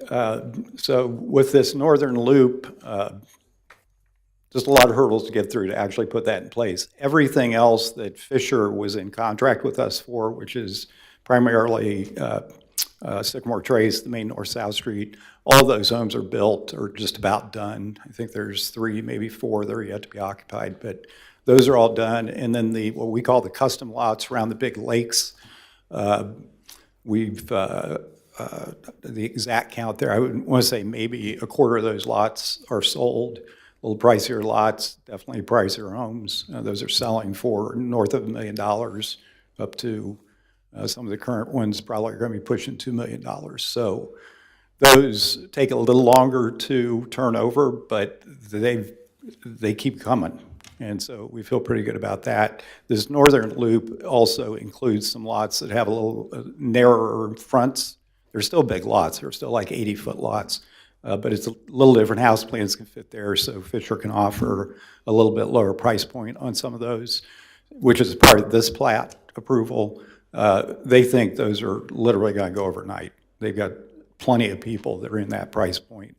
Quality-wise, they're the same quality. They're just a little smaller house, and they can turn them over a little less. Just to preview a little bit, so that on the single-family side, we're thinking that this build season and certainly into next year build season, I don't think we're having much at all left. On the east side, you're going to be seeing here, hopefully in a month or so, the urban residential development plan. And we've got a partner that's come in and is buying that and taking that vertical. I know John and company's already been working with them and staff. So look forward to that happening. Again, to bring you up to date, you had approved a while ago the retail building south of Roberts Road. We hope to have a building permit here shortly. Those buildings are definitely going vertical very quickly. Just had a meeting this morning, and we would expect 3 of those buildings to come out of the ground just as fast as we get a building permit.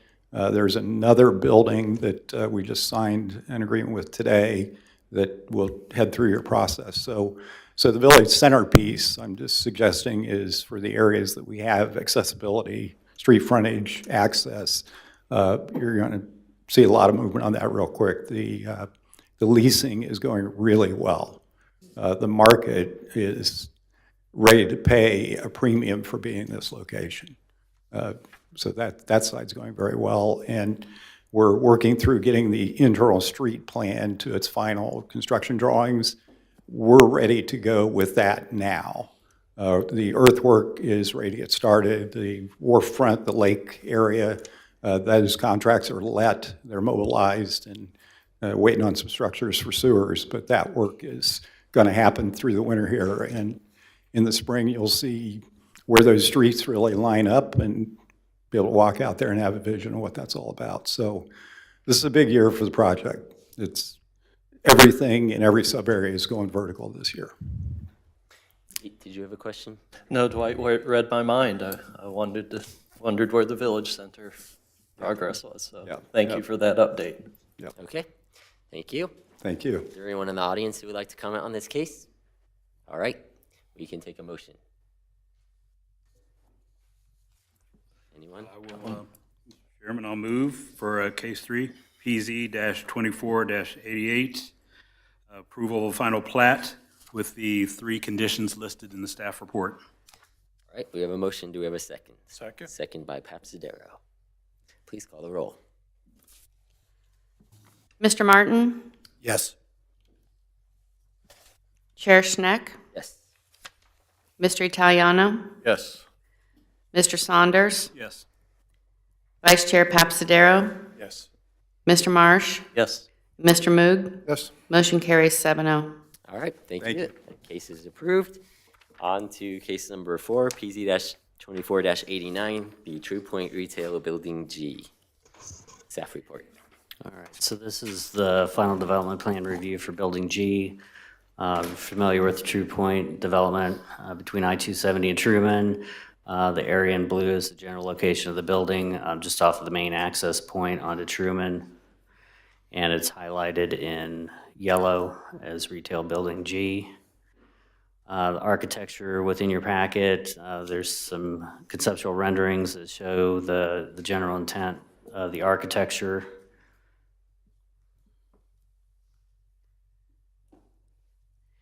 And then your packet also has the elevations for the building. As noted in your report, the front elevation as well as both side elevations are fine and comply with the text. Our concern, however, is the rear elevation of the building. I believe that does not meet the intent of the text. Since the time that your packet was published, they did supply revisions which modified the mechanical screening on the roof so that that complies with code. However, the rear elevation of the building still does not meet the minimum requirements of the text. In particular, the text identifies that for articulation and fenestration, the buildings have to have consistent finish on all 4 sides, and that the fenestration should be proportional with the building size and the massing. Based on that text requirement, staff finds that the proposed development plan does not meet the minimum requirements of the text for the True Point development, and the PUD plan, the rear elevation does not meet the minimum requirements for articulation and the features that are required in the text. And without updates to that, we respectfully recommend disapproval of the proposed final development plan at this time. Okay, are there any questions for staff? Okay, is the applicant here? Welcome back. These issues sound familiar. Yeah, Mark Supalak, 800 North High Street. By the way, thank you for everything you guys do. Thank you for hearing us out again tonight. Obviously, I don't need to belabor this. This is yet another in the community that is True Point. Each one we try and do with a unique, a reasonably unique character that makes it work within the community, but at the same time is compelling in and of itself. You know how these things go. There are pressures for certain sides to have less detail. Some of that is, I'm going to say, the programmatic elements internal to the building, which there is a back of the house in all these things.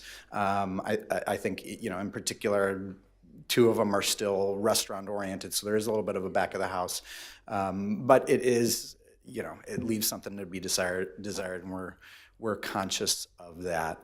I guess I'm going to, in the past, and I think, I don't know when we were here last 2 meetings ago, maybe November-ish, building E and J were in, they had a similar, the 4-sided aspect was, left something to be desired. I think we left that with approval with a condition to work with staff. And maybe this is me asking as much as anything else. We left, and how about this, full transparency, this is coming from a longtime member of a longtime commissioner of planning and zoning in Dublin.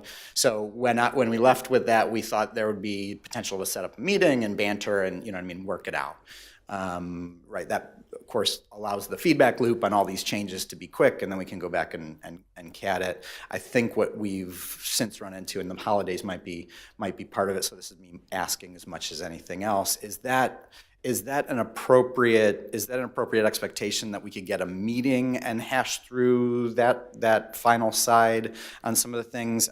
I think we sort of toss sketches over the wall and waiting for feedback, and it's just a long, slow feedback loop that, for all intents and purposes, maybe it sort of amounts to, we might as well sort of route back to you all on the commission. But that's me asking. Again, we're happy to work with you. There's, you know, this side in particular is visible from True Point. It needs some help, and how that comes to fruition is the decision of multiple parties on our side. Is all it comes down to. Okay. I am interested in hearing a staff response to the question. Like, what's typical? I think from our perspective, when somebody submits an application, it's our intent to take it through the process in a timely manner as required by the code.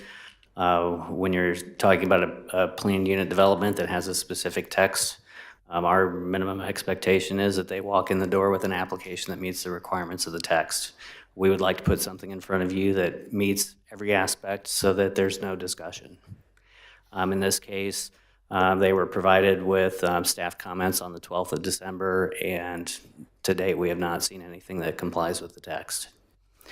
So whether you want to vote on this evening or to have the applicant go back and work on it further to bring something to us that we can move through the process as quickly as possible, I don't think we want to get into the position of where we're put in the position of having to try after the fact to, with every application, make it meet the text. It should be that way when it comes through the door. And that's why we do the staff review process to say, here's where you're deficient, have those things rectified before the deadline so that when we put out a packet to meet, meeting requirements, you're seeing what's actually going to be approved to the extent possible. Gotcha. Further questions for the applicant? The particular site, it looks like it really doesn't have a back, right? I mean, just from an exposure standpoint, it's not a... Even more so than the other buildings, yeah. Yeah, I mean, if any building should not have a back of house side, this is the building. Yeah, agreed. And right now, that back of house, it fronts the primary entrance. And that's really kind of the whole... Not fronts the primary entrance. It's away from the primary entrance, yeah. But the curb cut off of Truman, when that goes to the west, to the freeway, that's the frontage that is, you're saying is back of house, correct? I just want to make sure I understand that correctly. We're talking about the east. North facade, yeah, there you go. So it's not the side facing north, it's the north end of the building. Yeah, the side facing the parking lot. Yeah. Right. Yeah, the main entry goes to the sort of roundabout element in the middle. Okay, so the frontage is on the True Point side. The three sides are on True Point side is legitimate frontage. The main thoroughfare going through the middle is legitimate frontage, and then there is on that side there's I think a patio element and. Right, the frontage wraps around. The other side is less, yes.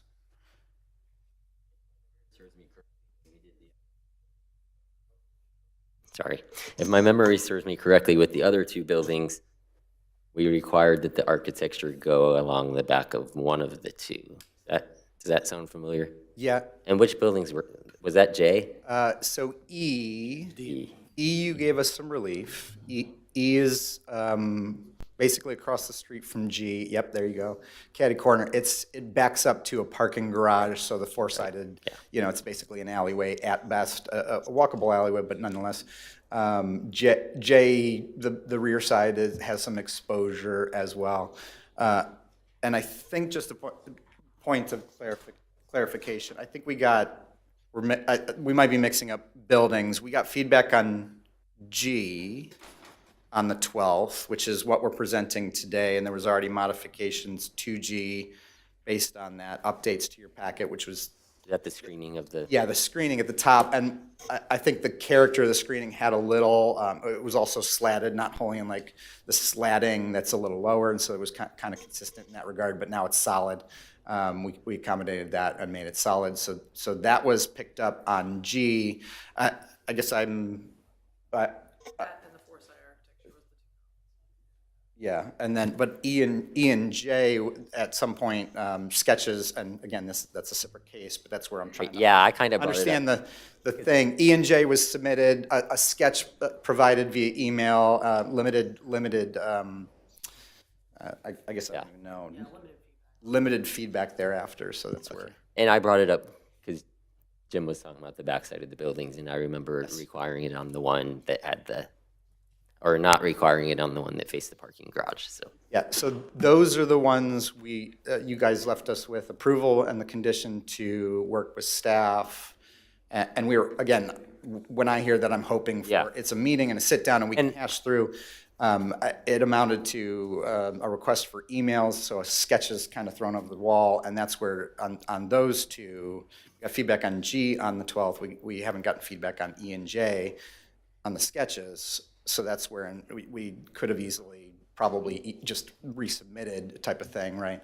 So that's where I defer to you all. I'm coming from a place of, I understand Dublin's inner machinations and how that can help expedite on the behalf of clients, right? We're happy to work with, again, staff or you all on whatever it is. It's timeliness on both accounts. Right now, we're just talking about G, right? Yes, ultimately. So, and we're down to just the rear elevation, right? It sounds like you're down to one issue and there's some things you need to do and you need to get with staff. I mean, personally, I'm fine with postponing, and so you can work it out with staff, hopefully, or not work it out, and then we can act on it according to that. That would seem to make sense. So my question, well, I'll get to my question later. Are there any other questions for the applicant? Okay, thank you. I mean, yeah, you're good to go. Is there anyone in the audience who wants to comment on this case? Okay, so my question is, if we were to approve this with the condition that they met the expectations on the backside of the building, is there anything that would be missing from the approval that would need to be in there otherwise? Because, yeah, like the, okay. Yeah, I saw the word elevation. That would cover it. Yeah, you can do that.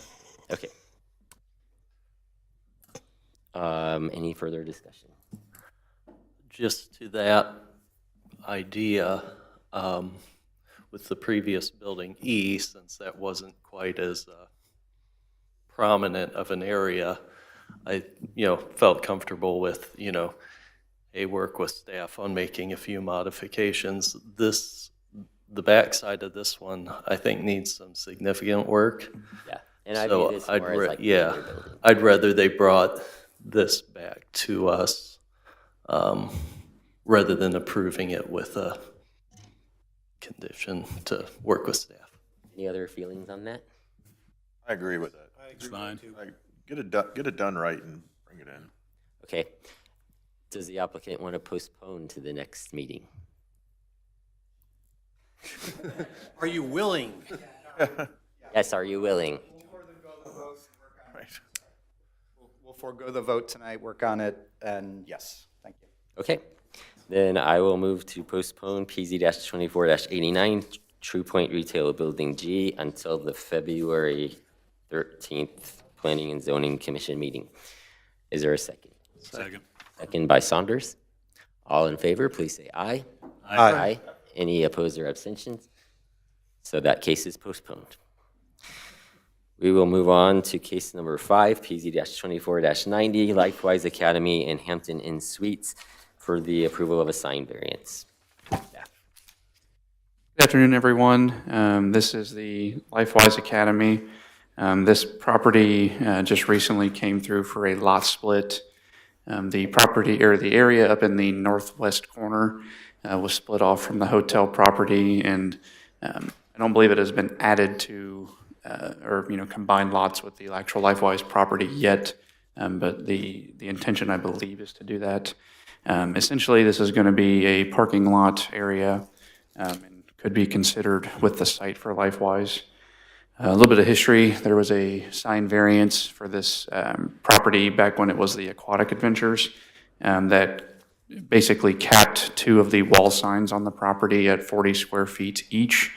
and capped the ground sign that you can see in the southeast corner closest to 270 at 32 square feet. And the existing sign up here in the northwest corner, that's for aquatic adventures. And the only restriction on that was that it was capped at 42 inches in height. Staff has worked with the applicant to actually administratively approve 2 of the new wall signs for LifeWise, which were bigger than the original variance it approved, but the new sign code, would permit those to be approved outright. They've also submitted an application to change out the signage over here closest to 270. They've submitted a sign permit application to have a 30 square foot sign, which would be less than the original approval, so that's not an issue. So the sign here on the left is basically going to be replaced with the proposed sign this evening. Go through that. There's an overall site view showing where that's at. The sign would meet the setback requirement in the sign code, so no issues there. Here's the proposed sign. The variance is twofold in this case. The Hampton Inn is technically considered an off-premise sign panel because they are not a part of this property anymore. Off-premise signage is prohibited in our code. However, if you go back, you can see this Bob Evans sign right here, right next to it. It's also considered an off-premise sign, so you'd have basically 2 off-premise signs right next to each other, but considering that all these businesses sort of share this common access drive, it doesn't feel, inappropriate to have this. The other part of the variance, the proposed application actually has is too tall for what a normal ground sign would allow, as well as is too large in terms of square feet. So staff is recommending that this sign be brought down to what code would allow, which is a maximum of 7 feet in height and 50 square feet in overall size. Lastly, the base requirements are not met in this case, as it does not meet the height. So staff recommends that this sign is approved with the conditions as shown here. Did want to highlight that specifically in condition 6, I want to provide a little bit of clarification. This site would qualify for 2 50 square foot ground signs in the current code. However, given the original approval limiting the sign closest to the Cemetery Road and 270 interchange, coupled with the proposed variances, we feel it's appropriate to retain the original maximum square footage allowed on that sign if the commission wants to approve the current sign. I'd be happy to answer any questions. So that condition is with what you just said? Okay. Yes. Questions for staff? No questions. All right. Is the applicant here? Come on up.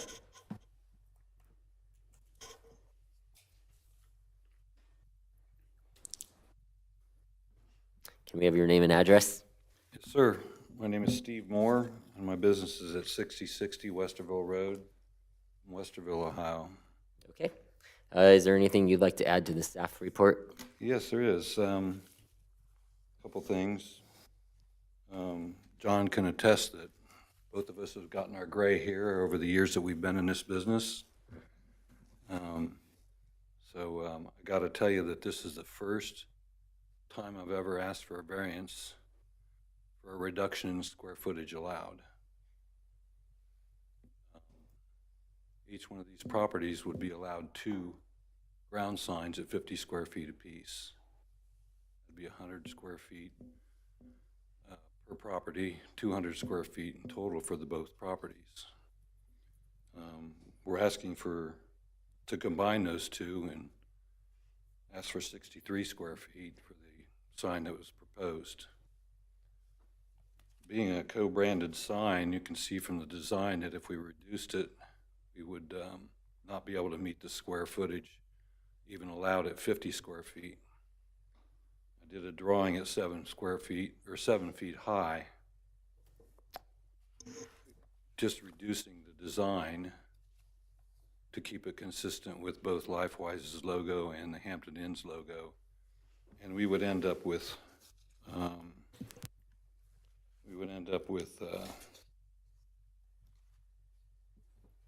38 square feet if we went to 7 feet high. And they're asking us to meet the 18-inch minimum base heights, and that is, as you can see, literally impossible with the design we have, keeping it even at 9 feet high.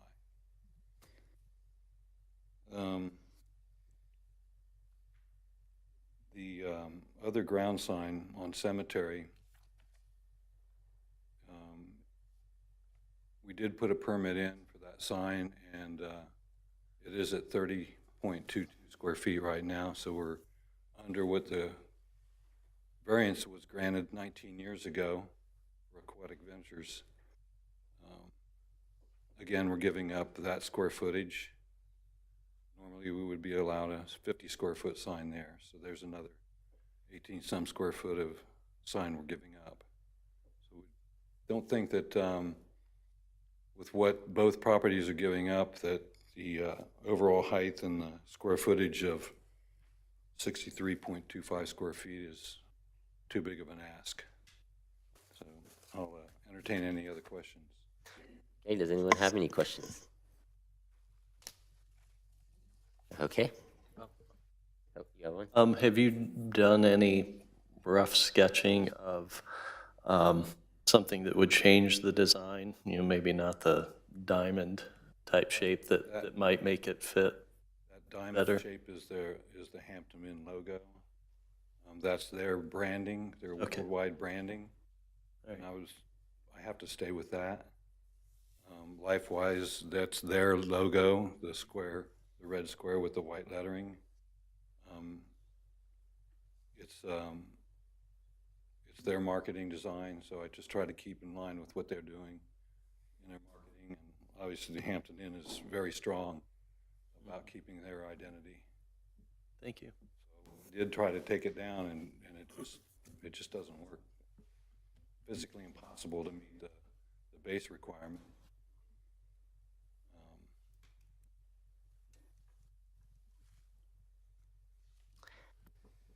For the Cemetery Road sign, you said you had 32.2 square feet? Is that correct? Pardon me? Did you say instead of 32 square feet, you had 32.2 square feet for Cemetery Road? Did I mishear that? Chairman, it was 30.2 was what they proposed. 30.2. 30.2 is what we've sent a permit in for. Okay, gotcha. Any other questions? So I would ask, what's the concern, other than not being in code, what's the concern with the extra 2 feet in that particular area? That's not a high trafficked road, for one.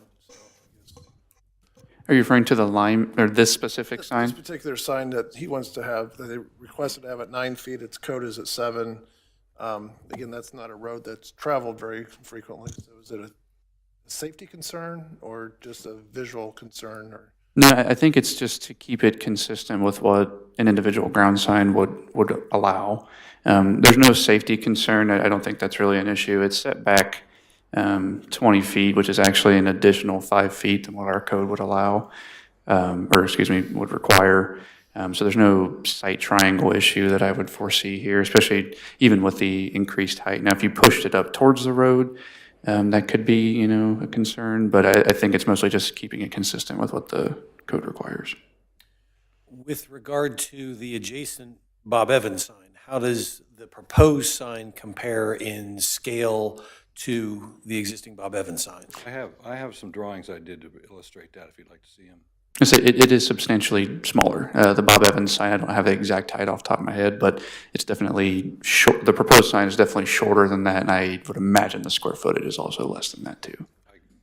That's what I thought as well. I don't need to see it, but thank you. So The existing Bob Evans is 164 square inches high compared to the 108 that we are asking for. It's 132 inches wide, so it's significantly wider than ours. The square footage of the Bob Evans sign probably just alone adds up to what we're asking for. Thank you. Any further questions for the applicant? Okay, thank you. Is there anyone in the audience who wants to comment on this? Okay. I did want to clarify too, just to clarify something with that existing Bob Evans sign. That is a legally non-conforming sign, so you wouldn't be able to permit that sign outright either. But I at least wanted to clarify that this would be less than that. So. On that, if something else went into the Bob Evans facility and they wanted to change that sign, it would be a change to a non-conforming sign that we have disapproved recently on a couple other signs. Correct. Yeah, they would. Yeah, they'd have to come back before this commission if they wanted to make adjustments to that. Thank you. Okay. Is there any discussion on this case? Given the adjacency of the Bob Evans sign, it doesn't bother me to go ahead and approve it the way it's submitted, instead of requiring it to be smaller, but. I tend to agree with that. Again, it's not going to be out of scale to what's there today, and it's not a safety concern for me. So, any other thoughts? I agree. Okay. So we would be changing condition number 2 if we wanted to allow for that, or we would not have condition 2. So yeah, you basically would be eliminating condition 2. Okay, does anyone want to make a motion? I'd be willing to do that. I would make a motion to approve case number 5, PZ 24-90, the Lifewise and Hampton Inn sign with 6 of the 7 conditions recommended by staff, eliminating condition number 2. Okay, is there a second? I will second. Second by Moog. Please call the roll. Vice Chair Papsadero, Yes. Mr. Moog, Yes. Mr. Marsh, Yes. Chair Schneck, Yes. Mr. Saunders, Yes. Mr. Martin, Yes. Mr. Italiano. Yes. Motion carries 7-0. Okay, so that case is approved with that change. Thank you, staff.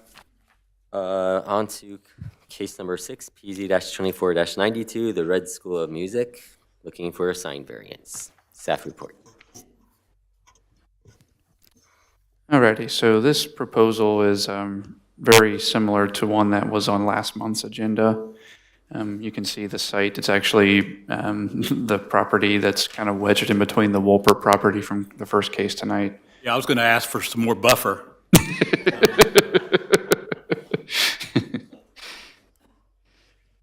So you can see the overall site here. This is the Red School of Music.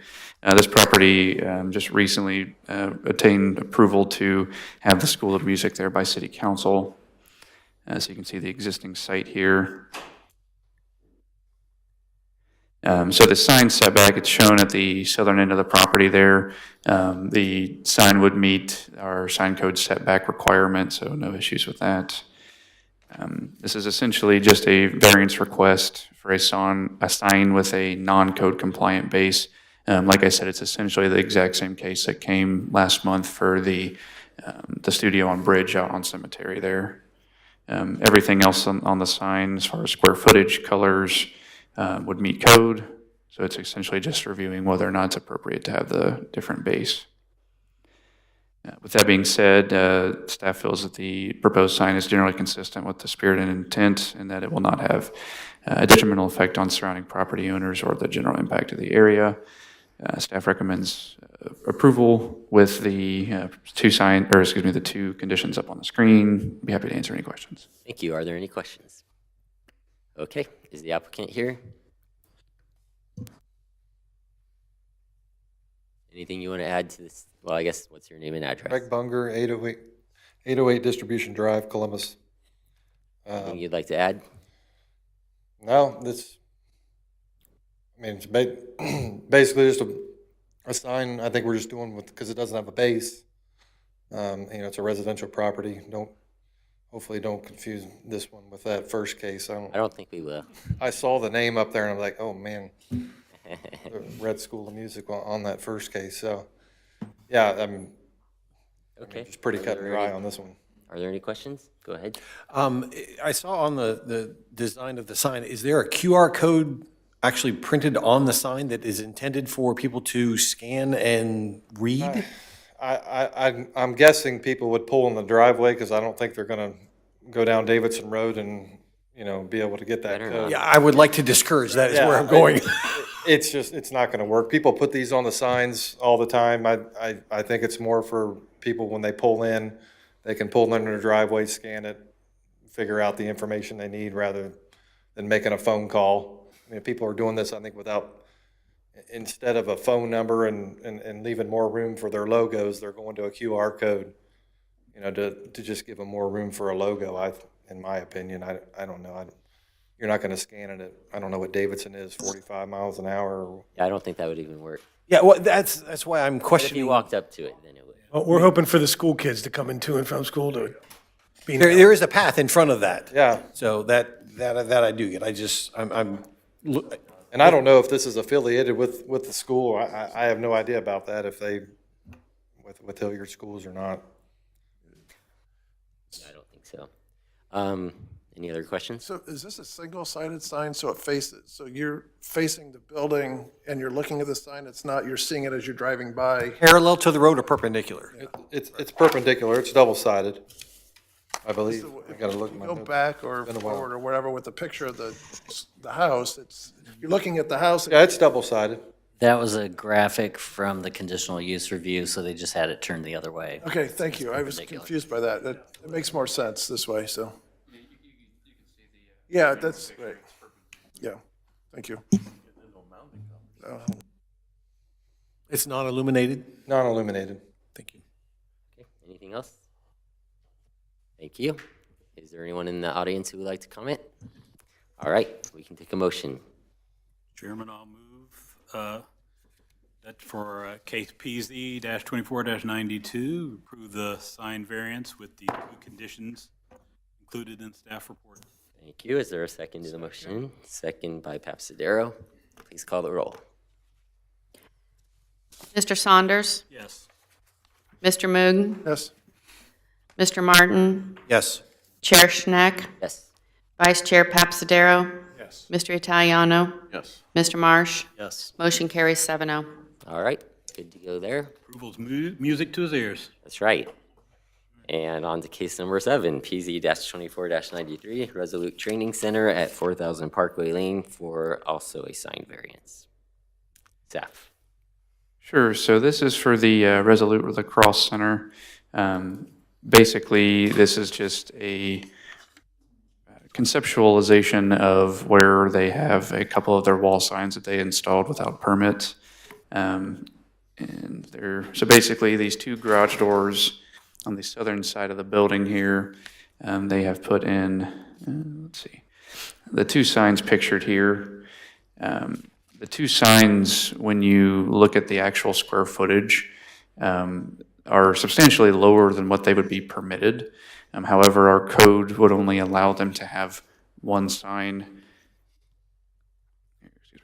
along the southern building elevation facing Parkway Lane, and then they would be permitted one along Lyman Drive. So essentially, they're still within the quantity of signage allowed, and they're well below the square footage that's allowed. It's just that our code would only allow them to have one sign along Parkway. So really nothing of concern here. They are working with staff to finish up their other zoning requirements to complete their conditional use requirements. So there's an actual close-up picture showing the sign dimensions of both signs. Like I said, they're relatively small. They kind of integrate with the rest of the building color and color scheme. So generally, staff recommends approval with conditions, that the sign is not, or sign, excuse me, is generally consistent with the spirit and intent of the code. They will blend in with the character of the surrounding area, and they will not negatively impact surrounding property owners. So staff recommends approval with the conditions shown on the screen. Be happy to answer any questions. Thank you. Are there any questions? Okay, I'll mention that I just Googled their website, and it looks like the two signs in this case basically form one logo for the actual company, which you can come up if you'd like. Thank you for so resolutely waiting on us to get to your case. Yeah, my name's Anthony Kelly. We're at 4000 Parkway Lane.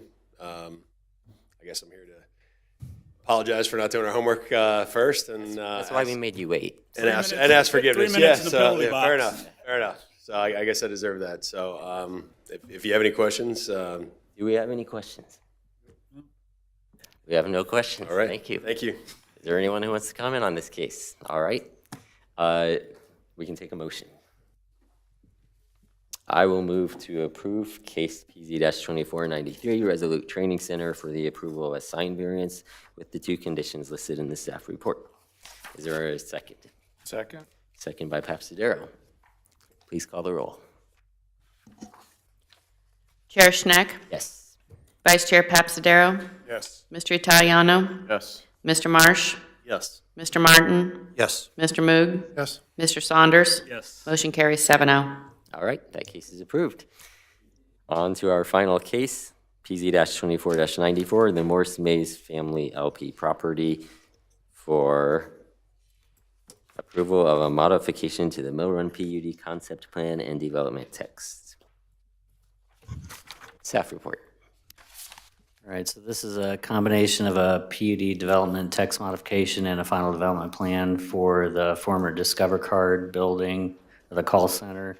As you can see in the center of the screen, this gives you a close-up of the front elevation. To the south are residential properties.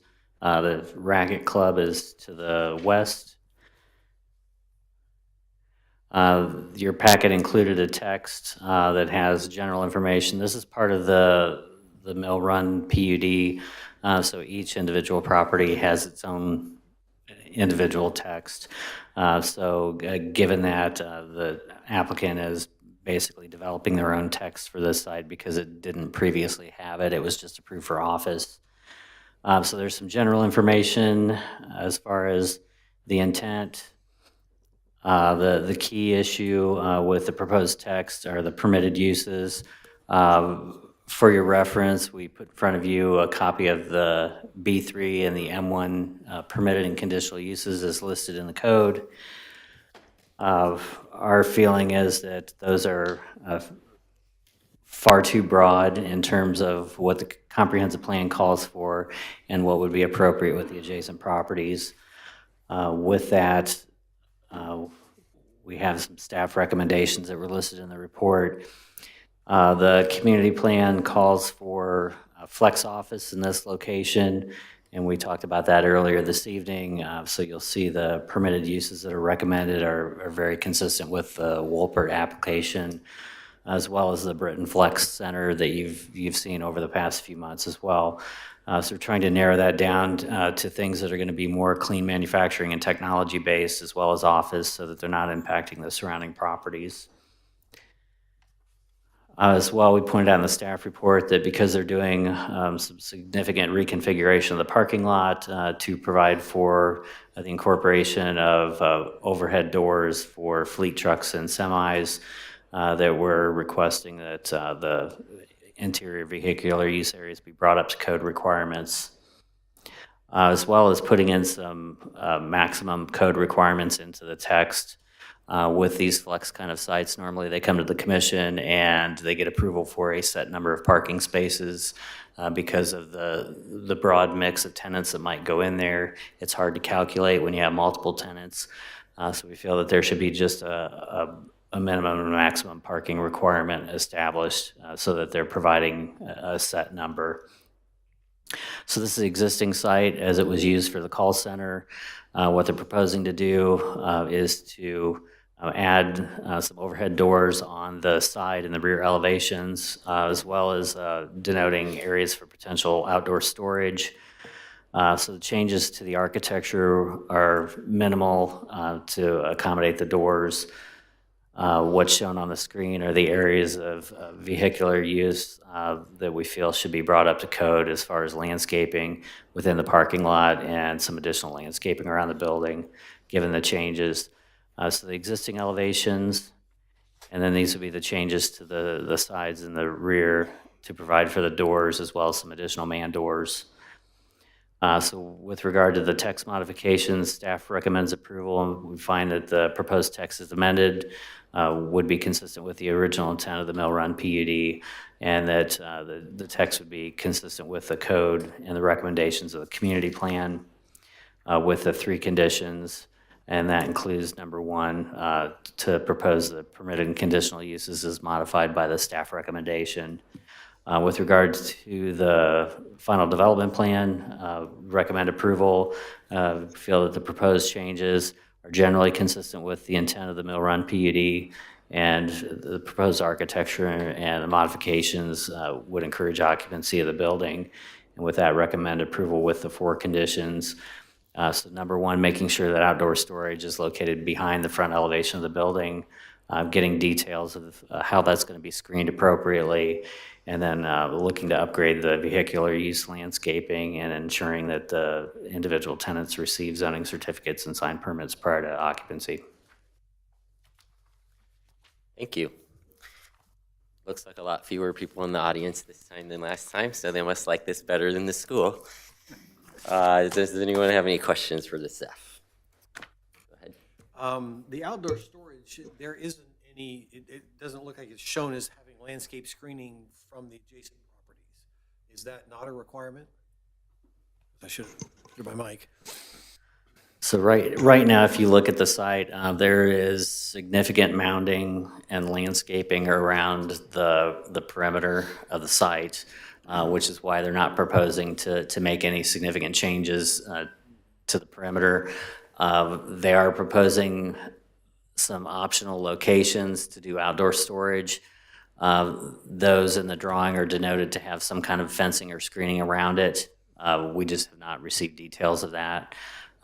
So either those need to be brought back to the commission, or if you give us the latitude to work through with the applicant to ensure that something appropriate is going to be done to screen those areas. That's my only concern, is that that's not, the backside of that is not visual an impairment to the adjacent properties.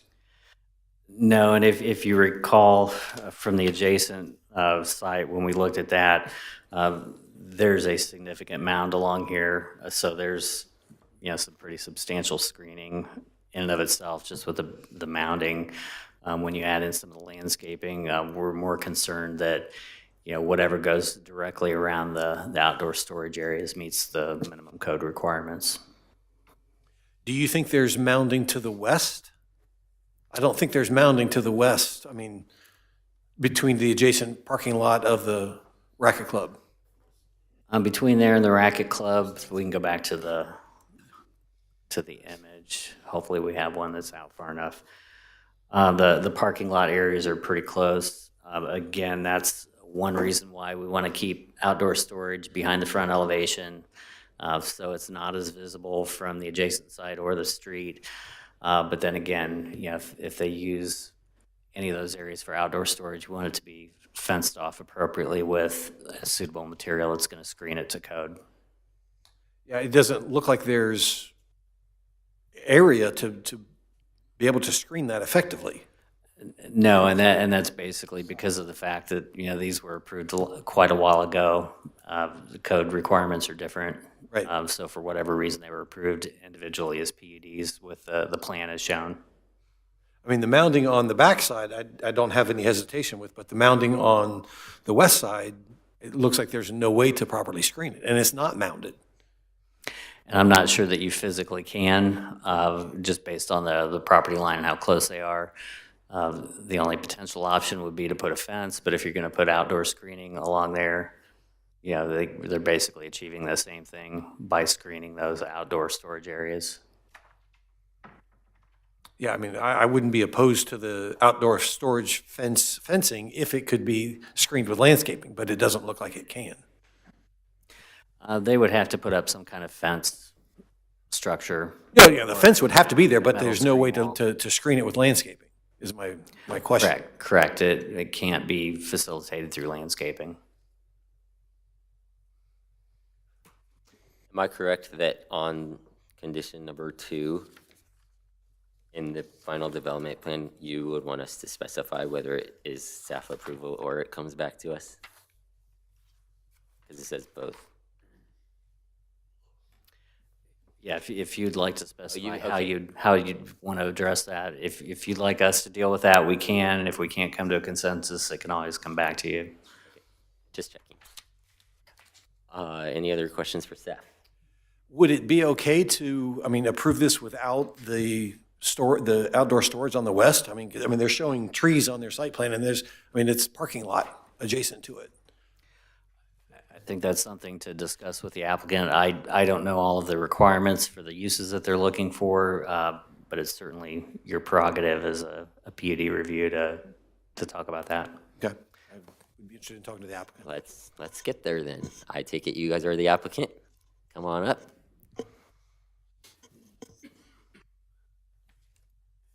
Good evening, Mr. Chairman, members of the commission. My name is Mike Shannon. I'm the attorney on behalf of the applicant. Before we get started, I do have a partial score from the football game. Notre Dame 0. I think he's inaccurate. Despite my youthful appearance, I've been doing this for about 44 years. I'm also a recovering public servant. Have 6 decades of experience relevant to tonight's discussion. I was with the State of Ohio Development Department, both with Governor Rhodes and Governor Celeste for 8 years. I was on Mayor Reinhardt's cabinet for 8 years, predominantly as a development regulations administrator, responsible for zoning code and building code compliance.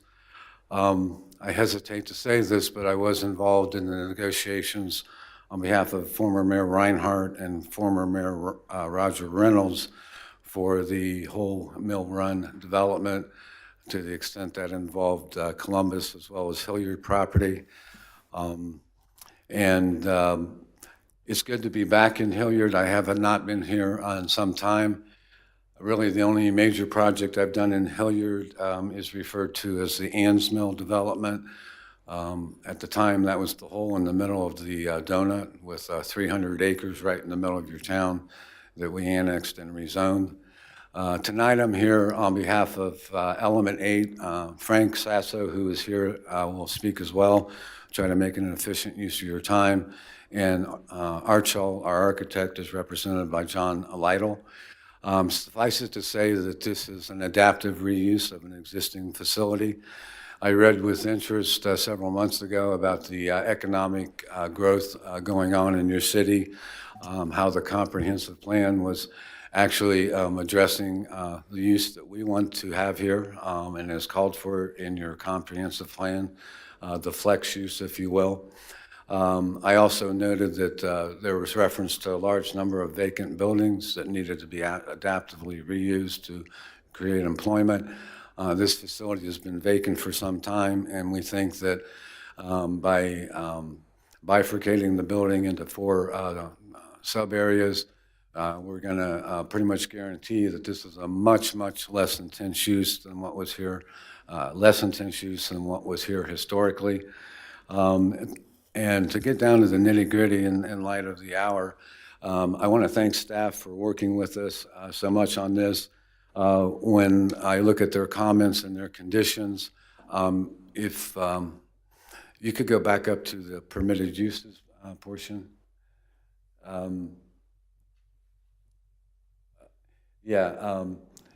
We absolutely agree with staff's opinion that our permitted uses were way too inclusive of some things that neither we want or you want. And we agree with all of their permitted uses, with the exception of number G, the warehousing component not to exceed 30%. We'll be able to talk to that in more detail with Mr. Sasso and our architect. But suffice it to say the following. Although that is not a code requirement, I know it is aspirational, and it's a way to make sure warehouse is almost a dirty word in the vernacular when you're looking at that type of use, particularly with residential neighbors. We want to continue to be a good neighbor to the residents. But the fact of the matter is, we envision some innovative uses here. We're hopeful of having some high tech and some laboratory uses, but we don't know what we don't know, to be perfectly candid. We don't think we're going to be generating a tremendous amount of truck traffic. We have some modest accommodations, just one dock that would service potentially a semi. But the building in and of itself is not conducive to a rack and stack warehouse. The maximum indoor inside building height, I believe, is 12 feet. But each of our tenants, we're hopeful, will have a need for the retail portion, but they're also going to have some need to store their inventory. We could foresee a lot of different type uses. The high-tech lab type uses are definitely on our radar, but we also want to be able to address maybe generically, let's say an air conditioning company, where they're going to have a substantial number of employees. They're going to have their ready stock in the rear room, but in that rear room, they're going to have a lot of other activity with perhaps putting together the devices, pre-packaging things. So we're hesitant to commit to the 30%, as we think that would severely compromise us in our ability to attract the right tenants. We're amenable to discussing what would be appropriate, but that is the one area that gave us cause for pause. When I look at the remaining conditions that staff has put up, if you wouldn't mind pulling those back up again for me. Again, we have absolutely no problem with the change in uses as modified by staff. We agree that we would specify the parking spaces per the condition. And with respect to the landscaping issue, you are correct that on where we abut the parking lot of the tennis facility, it's basically a little bit barren as opposed to the rest of the site. We would agree to obviously screen all that outdoor storage. We did substantially reduce the area pursuant to staff's recommendation. I think it's less than 4%, if my memory is correct, of our total space. And we would screen it to meet the criteria of this commission and/or staff, and so that outdoor storage would not be visible from any contiguous property. The site actually does sit pretty much in a bowl. The mound, where it does exist, to the civilian eye, it's at least 10 feet high with very mature trees on top of it. We don't have a problem with the additional landscaping in the aisles in the new parking lot per se. I can't see a way physically to landscape the one perimeter that you were concerned about, sir. But again, the outdoor storage would not be visible to the eye because we screen it per staff's recommendations. So I don't want to unnecessarily moot discussion points that may be of interest to you, but I think out of interest of time, I'd like to have one of the principals of Element 8 address you briefly. I have worked with Frank for a number of years. We have done other adaptive reuses for buildings, including historic buildings, and have done so in architectural review districts where the attention to detail is of a premium. And we look forward to creating at least 100 jobs on this site that we think will be very good paying jobs and generate a significant amount of income tax. And with that, I'd like Frank to make a couple comments, if that's okay with the chair. Yep. Thank you. Be really brief. Frank Sassa with Element 8 Partners, 1733 West Lane Avenue. First, let me just say it's been worth it for the jokes to be here. The dad joke game is strong. Don't encourage him. This commission. Usually more jokes than tonight. Yeah, I think Mike covered it. You know, our kids play tennis at Players Club, so I have paced that parking lot, I kid you not, thousands of times. That building's been vacant for years. when it was a call center, people would not only fill the parking lot, but they'd park on both sides of Mill Meadow. So I think Mike hit it. This will be a much less intensive use. We're committed to doing it the right way. We think the tenants are flex, R&D, maybe some lab space, likely some contractor base, so HVAC, plumbers, that sort of thing that need a little bit of office space, but room for parts, room for tools, and room for shop space. That's the use. We think it makes a ton of sense here. Again, 12-foot height is the max we can get, so you're not racking, you're not doing any kind of bulk storage, and we think it's compatible with the community plan as well as the 10B development that got approved, which is catty corner on the end of the cul-de-sac of Mill Meadow. I think that's as quick as I can do it. So as far as question, do you want to speak, or? You waited this long. Yeah, you deserve it. John Lytle, Archall, 49 East 3rd Avenue. The only thing I would have to add is I think we submitted some photographs to staff earlier today.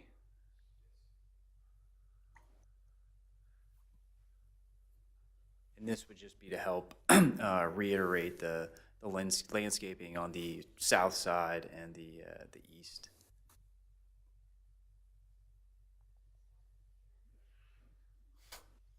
We sent a couple of computer viruses with that as well. So that's the aerial, of the overlook of Players Club to the west, the villas at Mill Run on the east, and if you keep going, so this is the approach coming down Mill Meadow Drive to the property. That first drive on the left is the one to the east. As you approach, you can see the very mature landscaping around the drive entry all the way through to the cul-de-sac down by the Players Club.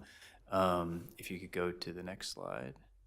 And then these are some of the parking lot. The top two are on the east side, showing the mounding from the villa's property.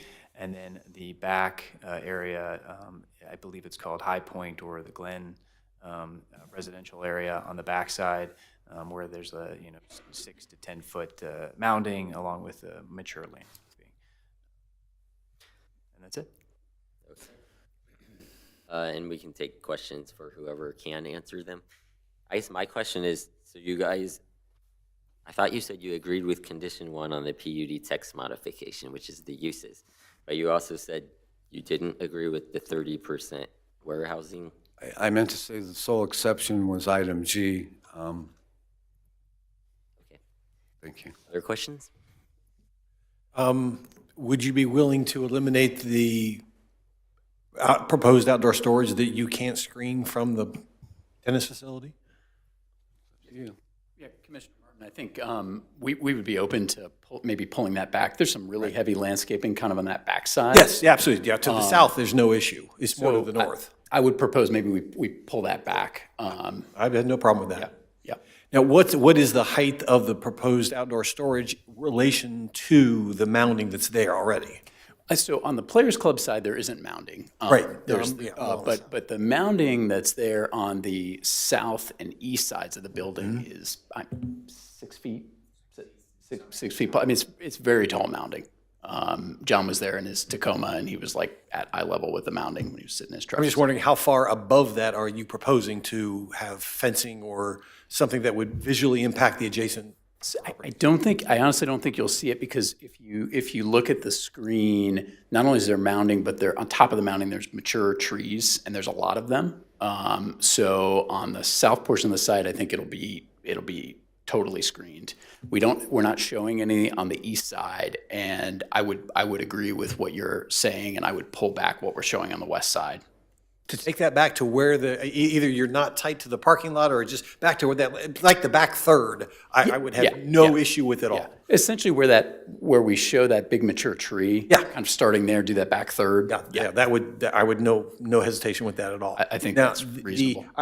Looking at that drawing, I don't see any way where you're going to navigate a semi-truck through that parking lot. I'm sorry. Well, look, as a practical matter, I would be surprised if we get tenants that really need it. We want to be able to show it so we can get this building leased and get it occupied. And I think if it gets used, it's occasional. Archall did do the study. This drawing, this is not the revised one. We took out parking so that you could get it through. We're still showing it parked at 5.6 per thousand. So it's still very heavily parked. Yeah, you're going to have plenty of parking. We got plenty of parking. It's at 10.5 per thousand now. So you can't, we did do the radius study for the semi. You can get it through, but we pulled out parking to do that. Oh, yeah, because this drawing, it doesn't, I don't buy Correct, that. yeah, correct. It's in the other package. It was a staff comment, which we thought was very good, and we responded to it and revised. Okay, you've addressed it. So, Yeah. I mean, if you're cool with eliminating the outdoor storage on the west side, I have no issue. Or pulling it back to the back third. Yeah. Eliminating the northern 2/3 of the west side. Yep. Yeah. Any other questions? I want to address the warehousing percentage, I guess, because I think there needs to be some kind of a limitation to that, and I want to know what you're comfortable doing. If you don't want 30%, do you want 40? Do you want 80? What does that number fall?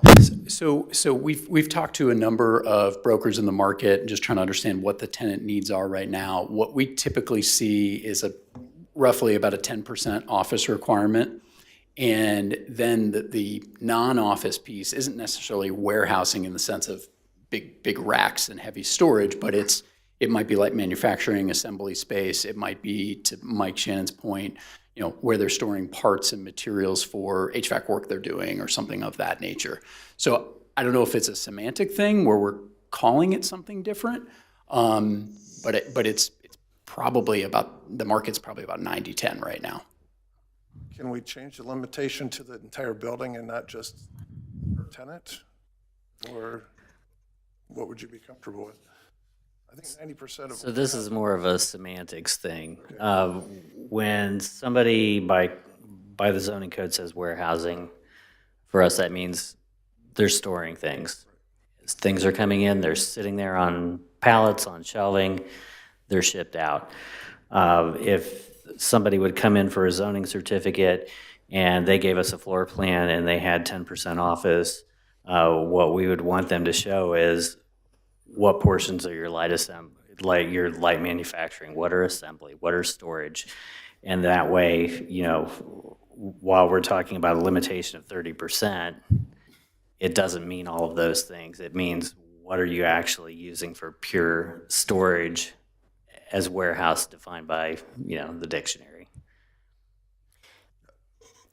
My question to go along with that is with the other office flex buildings we've done, is that consistent with what we did for them?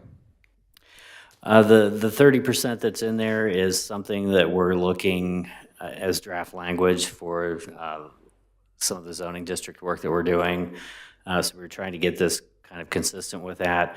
There are limitations percentage-wise with the Britton Flex Center. We specifically made sure that there were limitations so that we didn't get tenants that were doing a huge component of storage, because again, as a flex use, the idea is that you're getting as many employees into that use as possible to generate revenue. So there's a balance there.